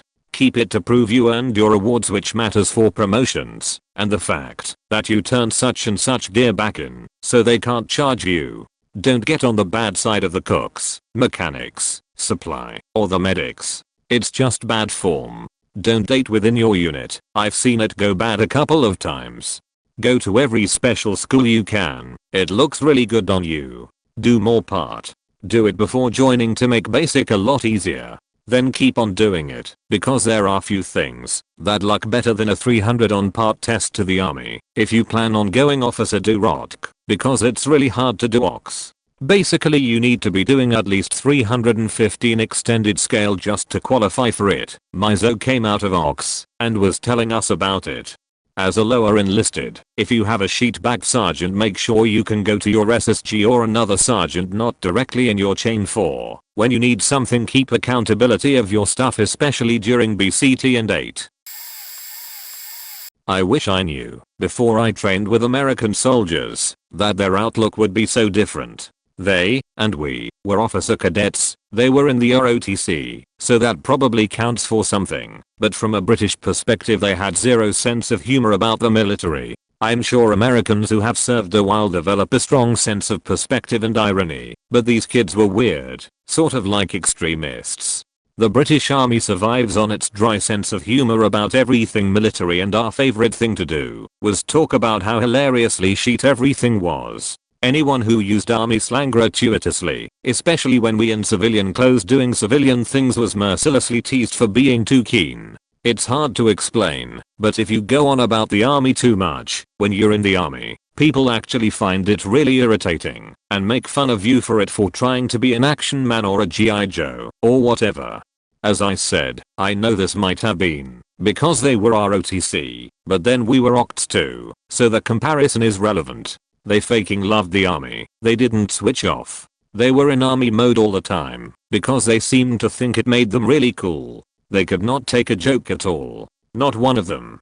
I wish I'd known this, because we then had to spend a mirthless month with them jizzing themselves over the Star-Spangled Banner, or whatever. Also, I wish I'd known they were from Bumfuck Nowhere College in Alabama or something, because where we were talking, with a gay colleague, about how ludicrous it was, that the US had only just abolished, don't ask don't tell at the time. And how it was ridiculous, even that the British Army had a ban on gay service personnel until the 90s. These American octs got really mad about them and homosexuals were allowed in the army, because they might look at my pee-pee in the shower. This all strikes me as especially crazy since, reading these posts, it seems you're treated unbelievably more like a human being in the British Army than the US. I think a lot of people in the British Army feel like they are treated relatively well, not like property. Long story short, I wish I'd known, before I served with other nationalities, what their military culture was like. Edit. I suppose you can have a reasonable opinion against openly gay people serving in the military, an opinion I don't happen to agree with, but these guys' angle was literally it's against God and I don't want to shower with gays, because they might look at me. The latter of which, our gay friend replied to with don't flatter yourself, mate, but that was met with a blank uncomprehending expression. Made an account as long-term lurker just to say this. If you are married, or plan on getting married, you will be gone the majority of the time. I'm talking 3/4 of your days, not including exercises or deployments. I'm about to get out, after over 6 years, and have actually only been with my wife for 3 of those years. Also, your spouse will have to move, wherever you get assigned, which happens a lot. All those friends you made and got to know intimately during those deployments and exercises, that community of support your spouse found during those hard lonely nights taking care of real life while you're gone. Well, orders just came down and now you have to move. Time to start all over again. Rinse and repeat.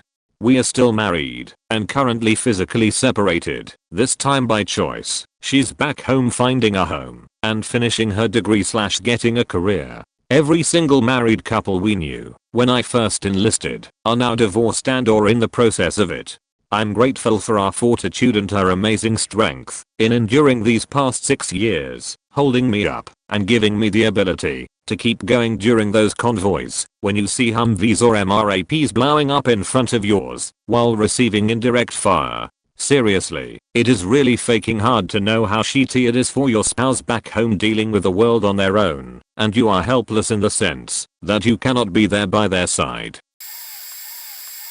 Things I've learned. Being in the USAF, schooling both military and college is a must, and take it serious. If you want to make rank and do well, study like you know absolutely nothing, and never get sidetracked. Make a plan and a schedule to prioritize your time or you will fall behind. When you do well, you will get rewarded with TDYs to some pretty cool places depending on what AFSC you do. If you finish your degree in a desirable field, the military would gladly accept your request for OTS. I'm planning to finish my nursing degree and possibly go this route. There is also the option to finish and get out, have military experience, and be able to land a career job that will pay out very handsomely. I've known radar maintenance persons to land 6-figure jobs after their service. Records are vital and will help you in the long run. Make copies of everything and prioritize them in different folders. I have all medical in one, schooling and CDCs in another, enlistment and dependent paperwork in another as well. Store it in a fire safe if you can. I would recommend having one. Networking in the military is very important. Making friends in different AFSCs, bases, MAJCOMs, and even other branches of service will help you out exponentially when you need help. This will also line things up if you ever get out, or if you decide to cross-train into another AFSC. I have options if I choose to leave where people can assist with career opportunities. Always find people that will be there for you. Trust is hard to find in the military and friends can be even harder. I have spent most of my career overseas and have lost so many good people. It's hard to keep a good circle of people around. Supervisors, subordinates, and coworkers are a mixed bag and will sometimes be really difficult to work with. Find people that can help you succeed and make you excel through your time in the military. I have always tried my best to set my airmen up for success and to guide them in the right direction. Some have been struggling to deal with, but I have always told myself that they joined the service for different reasons other than my own. I want them to achieve their goals and not interfere. One of my troops got out and is not an F-16 pilot, and part of that was because I fought for him to only concentrate on college when my chain of command wanted to make him do other things. Almost lost a stripe because of that. Save your money. Make it a goal to save a certain amount each month and open a teaspoon setup when you enter the service and keep a steady flow into the plan. Do not get mixed up with a Star card or other credit cards, but become a club member. Only use the credit service to boost your credit score. Pay off your debt as soon as you can and never fall behind. I've seen too many people get in big trouble because they couldn't pay their bills. Always live within your limit. The military can really mess you up if you can't. I've had the privilege to work with all branches as a firefighter and have loved knowing what they all do and how we interact with each other. Seeing it during Iraq and Afghanistan, it's made me a better person. Never be afraid to ask for help. Never hesitate to help out. Always make the best out of your time and be happy to serve for this country. Sometimes it's hard, but you get to be a part of the 1% of America that served. Edit, stuff and numbers. I'm a military brat speaking for my dad. A soldier slash sailor slash airman slash marine are not only sacrificing time, agency, and risk damage to their body, but they also sacrifice their future lives outside of the military. Some never really come home mentally. Others have to make plans around the body that the service has left them with. Relationships are affected and broken.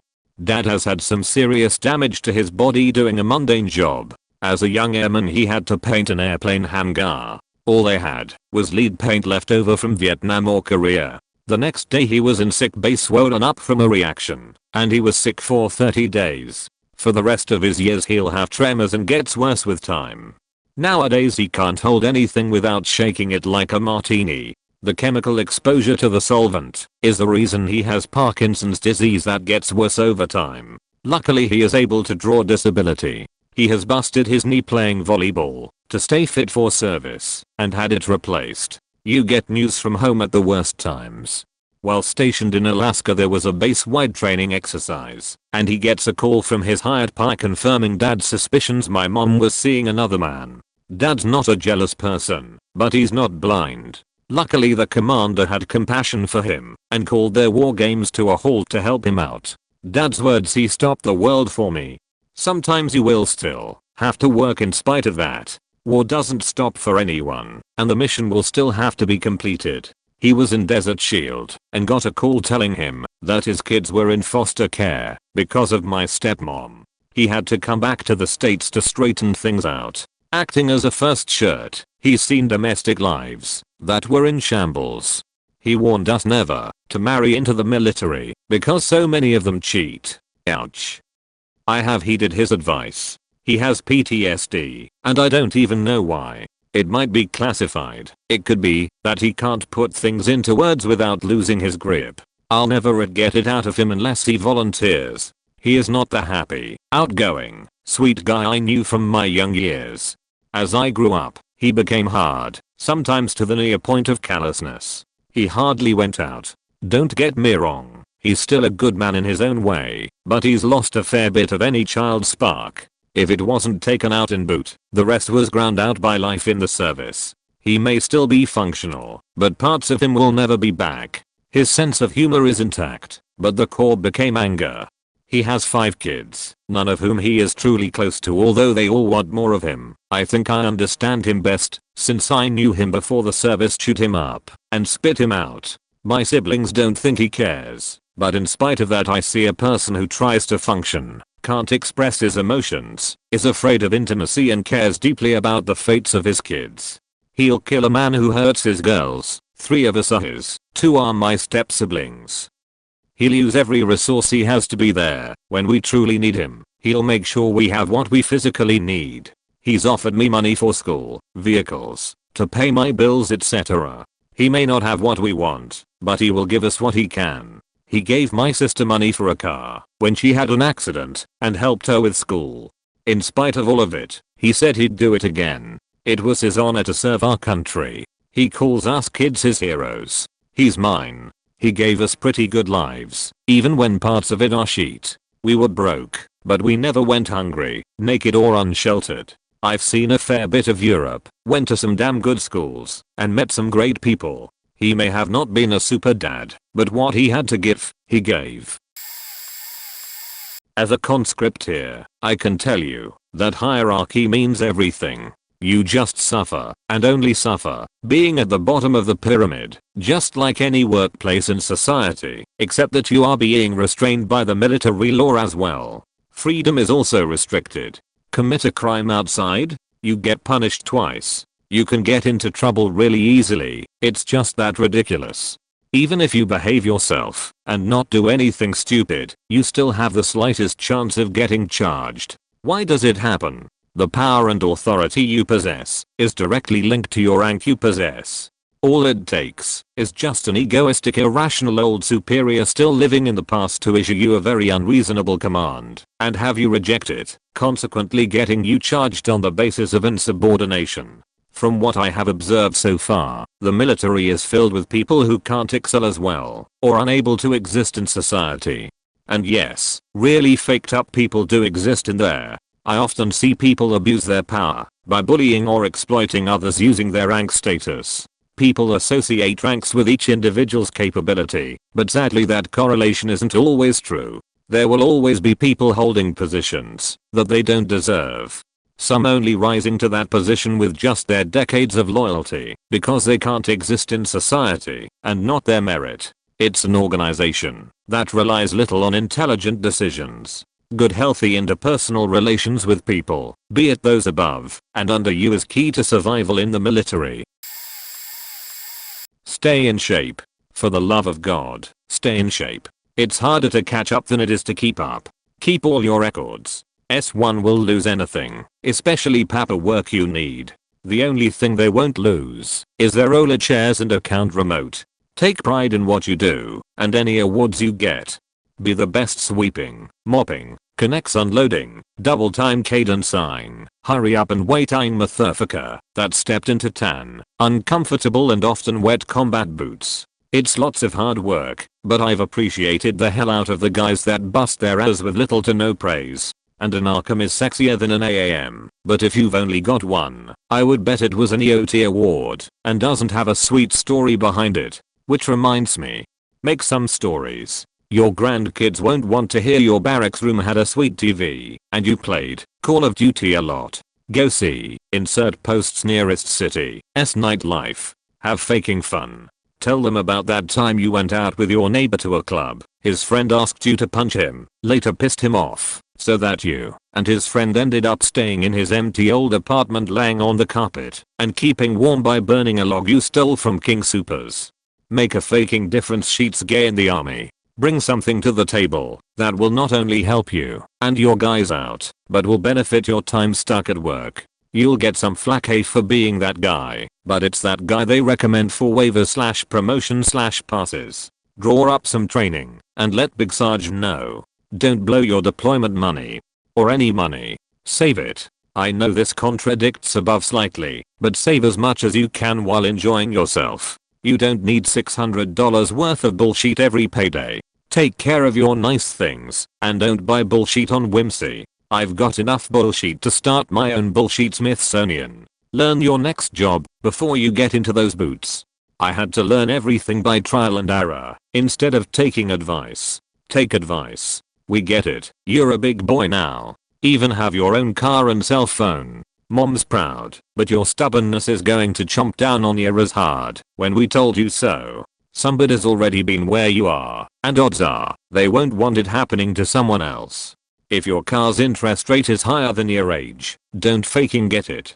I'd rather someone buy a bike from the PX at 0% interest than to watch Joe's meager paycheck spent on this worthless, obscure piece of shit that they're paying out the ass for 196,000 months. Call your mother. She's worried sick. And visit home. when you get leave. Yeah, home's boring, and nobody can keep up with your borderline alcoholism, but you get to be away from work. Or take a vacation. Go see some stuff. The Tetons are nice this time of year. Don't be an arrogant asshole when you do go home. It'll keep you out of fights with guys who are too scared or too stupid to enlist. Be humble. Finally, for those of you who read this much, stay off the CSM's grass. 1SG will probably see you do it, and your platoon sergeant will catch hell, even if you watch him walk on it all the time. I understand that the military is part of the government, but with that said, there were too much politics involved with everything. Not like government politics, but just the way actions happened. Too many people in charge that have no clue what they are doing. They just do things to get their name heard. People that are higher ranking than E8 and O4 are so far disconnected from reality that their good ideas often hurt everyone under them. There is a lot of pointless nonsense that happens. Oh, you have no legitimate work. Better go to subhuman things like get on your knees and pick weeds out of a parking lot no one ever uses. You're on duty 24/7, so unlike a civilian job, they can keep you however long they want. Plenty of days spent sitting around till 4:30 to 5 PM when all of a sudden 10 trucks need to be moved from point A to point B for no reason at all. Then guess what? When you're finished with that, you have to sit for 2 hours then wait on a formation that'll last 30 minutes. You'll be lectured constantly about certain things, suicide prevention, rap prevention, hazing, etc., but nothing is ever done to punish the people that commit those acts, so nothing ever changes. The overall environment of the leadership is pretty bad. Most people that would normally thrive in the civilian world leave before they get into the upper ranks. Then the upper ranks are full of people that joined the military at the age of 18, so they have absolutely no clue how to treat people like human beings, because the military way has been bashed into them for 10 plus years. Unless you're in a unit gearing up to deploy, you're going to spend the majority of your time doing nonsense. Every sort of inspection you can think of, doing retarded work that has no purpose. People will get pickiest about the tiniest things. However, it's not all negative. The social bonds you create can't be compared to anything else. I didn't do a combat deployment on Bagram for 6 months, but I would do anything in the world to be back with those people again. Besides that, I was stationed in Germany, so I had an incredible opportunity to travel. I got to see so many other countries that no one around me can even say they thought about going to. But, as people have already said, those people already have their bachelor degrees, while I'm having to play catch up on life, because I wanted to do something different in life. If you're asking this because you're curious about joining, do your research. I may sound a bit bitter, but I won't try to stop anyone from doing it. There are a lot of positive outcomes and benefits from the military. Just make sure it's the right fit for you. I'm so glad I did not join the Air Force. Having worked with many Army units, and also in a few Air Force units in joint assignments over about 10 years, yes, they live high on the hog by comparison. I see some of them whining about their 90-day deployments to places with movie theaters and many women and 3 beers a day instead of, well, people hitting your fob with rockets and mortars. If not actually shooting at you. There isn't that same organizational pride that comes from sharing a sucky experience. The average civilian, like most airmen, is horrified at the idea of a 5-mile run, or 6 weeks in the field. There's something to that. Also something to completing Bradley gunnery, or rolling through a shoot house for military ops in urban terrain, room clearing training. There's more cool guy shit, but when that starts to get a little old, pride is still there. Seems to apply to Marines and people in certain units to a greater degree. Army is not for everyone, and soldiers endure a lot of stupidity, but Air Force barely plans, constantly complains, sleep with their silly legalistic manuals under their pillow, and just feels too civilian to me as a service. If that is what you want, go for it. Dr. Af lives better, but they are basically civilians for the most part. Depends on what you want your experience to be. The Naval Submarine Force. Don't do it. Especially fast attack submarines. You can expect constant sea time. I would put my time around 75% sea time versus shore time, and that's only because I was in the shipyard for nearly a year and was deployed on another submarine for 6 months. Super long hours, and unless you are a brown noser, a command boy, or a blue falcon, a rat, you will not get recognized for doing a good job. The upside is most submarine rates advance fast. I went from E1 to E5 with no problems, and would have been up for E6 on the next cycle if I did not get out of the Navy. I was also a radioman, and for any sub guys, despite as much love they have for their respective jobs, the best job on the sub is definitely radioman. As for the other jobs, any nook will hate life. I'm talking many guys tapping, and some suicide/attempted suicides. They work the longest hours I've ever seen any human being work without any real benefit other than a slight nuke pay bonus, although they advance really quick. There were guys who were making bar pay as E5s after being on the boat for a few months and only being in the Navy for 3 years, yet it took me almost 4 years to get my E5 pay and bar. A gang, non-nuke mechanics, have the second hardest job due to the sheer workload. TMs come close to A gang workload. After that it varies, but generally the best jobs when it comes to workload are radioman, logistics, LS, supply guys, FDs, fire techs. They control the weapons systems, and then maybe yeoman, paper pushers. The Navy is all about brown nosing. It doesn't matter that I was qualified senior in rate with less than a year and a half on the boat. The awards and EPs would go to other rates, probably deserved. The entire enlistment process, I wanted to be a corpsman. They told me that was unavailable, so then I told them I wanted to be an EOD. They sat me in a room where cell phone use was prohibited, and 5 hours later they come back and tell me they pulled out all the stops and got me an exclusive submarine contract. They told me if I really wanted EOD I can try out for it in boot camp, but I was to sign this 4-year contract with 1 voluntary year for no bonus, but I could get the job I wanted at boot camp. This was complete horseshit. I should have gotten the round 10k bonus based on what the other SECF guys were getting. I do not regret my time. I learned a lot about myself and life, but if you are going subs for whatever reason, make sure you don't end up in Groton or Virginia, because your life will suck. Also, the women around the base are predators who feed off young sailors. I just hit 18 years in the army, all of it aviation. I've been a paratrooper, an operations specialist, a crew chief, Black Hawk mechanic, recruiter, instructor, and led at different levels. Choose a job that will benefit you when you get out. Whether it's 4 years or 20 years, you will get out eventually. The civilian infantry sector is rather small. Do research. I didn't research my first MO's, military occupational specialty, and got duped into an office job. I changed jobs after my first enlistment and love it. Understand that the job you choose will not necessarily be the job you do the most.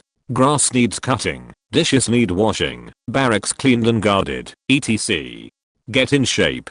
Stay in shape. I don't care what your job is, you need to be healthy for all of the garbage workouts you're going to do. The army, and military in general, is a community. It's complete with great people and complete screw-ups. Choose who you associate with wisely. See other comments about education. Get it? If you aren't the college type, go to a trade school. Maybe choose something outside of your job. More opportunities when you get out. See other comments about mental and physical health. I go to mental health for nightmares and anger issues. They are from the military and before the military. It doesn't matter. The care is free. Use it. Most important. War may or may not trigger events for you. For me, being a recruiter and an instructor was way more stressful than any of my deployments. In war, I take care of my soldiers and my aircraft. I expect to be shot at while crewing, and I expect mortars and rockets. What I didn't expect was being belittled by both civilians and my superiors in my peacetime duties. Expect every civilian to have an opinion on you, the military, and the government's role in everything. They expect that you know the reason for the government's every overseas move. Some civilians will hate you for what they believe you represent. Ignore them. Some people will try to put you on a pedestal as a big hero. Ignore them as well. Know what and who you are. These are just a few points I have learned in my time. Yes, I will do my 20 and get out. I joined at 17 and plan on starting a new career at 37. My daily countdown has already begun.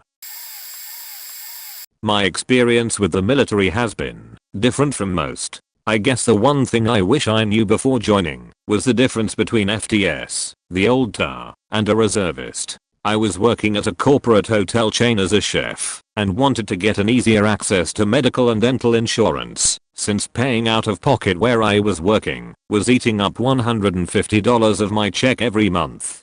My parents had both been former Navy, so I talked to a recruiter and was sent to the processing center to pick a job. I wanted to go reserves because I could keep my job, get the benefits of being military and just see them every month and sometimes a bit longer for training. Person at the processing center goes, "Oh, there's an FTS position.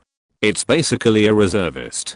So I signed up for it. Next thing I know I'm getting stationed somewhere, had to call up my hotel and quit, and now 4 years later I'm in Italy. For those curious, there are 3 main types of service for the Navy. Don't know how it differs between branches. Active duty, these guys are our frontliners. They go to ships, deploy, go on missions. These are probably 90% of the people posting at any time. Reservist, 1 weekend a month, 2 weeks in the year for training.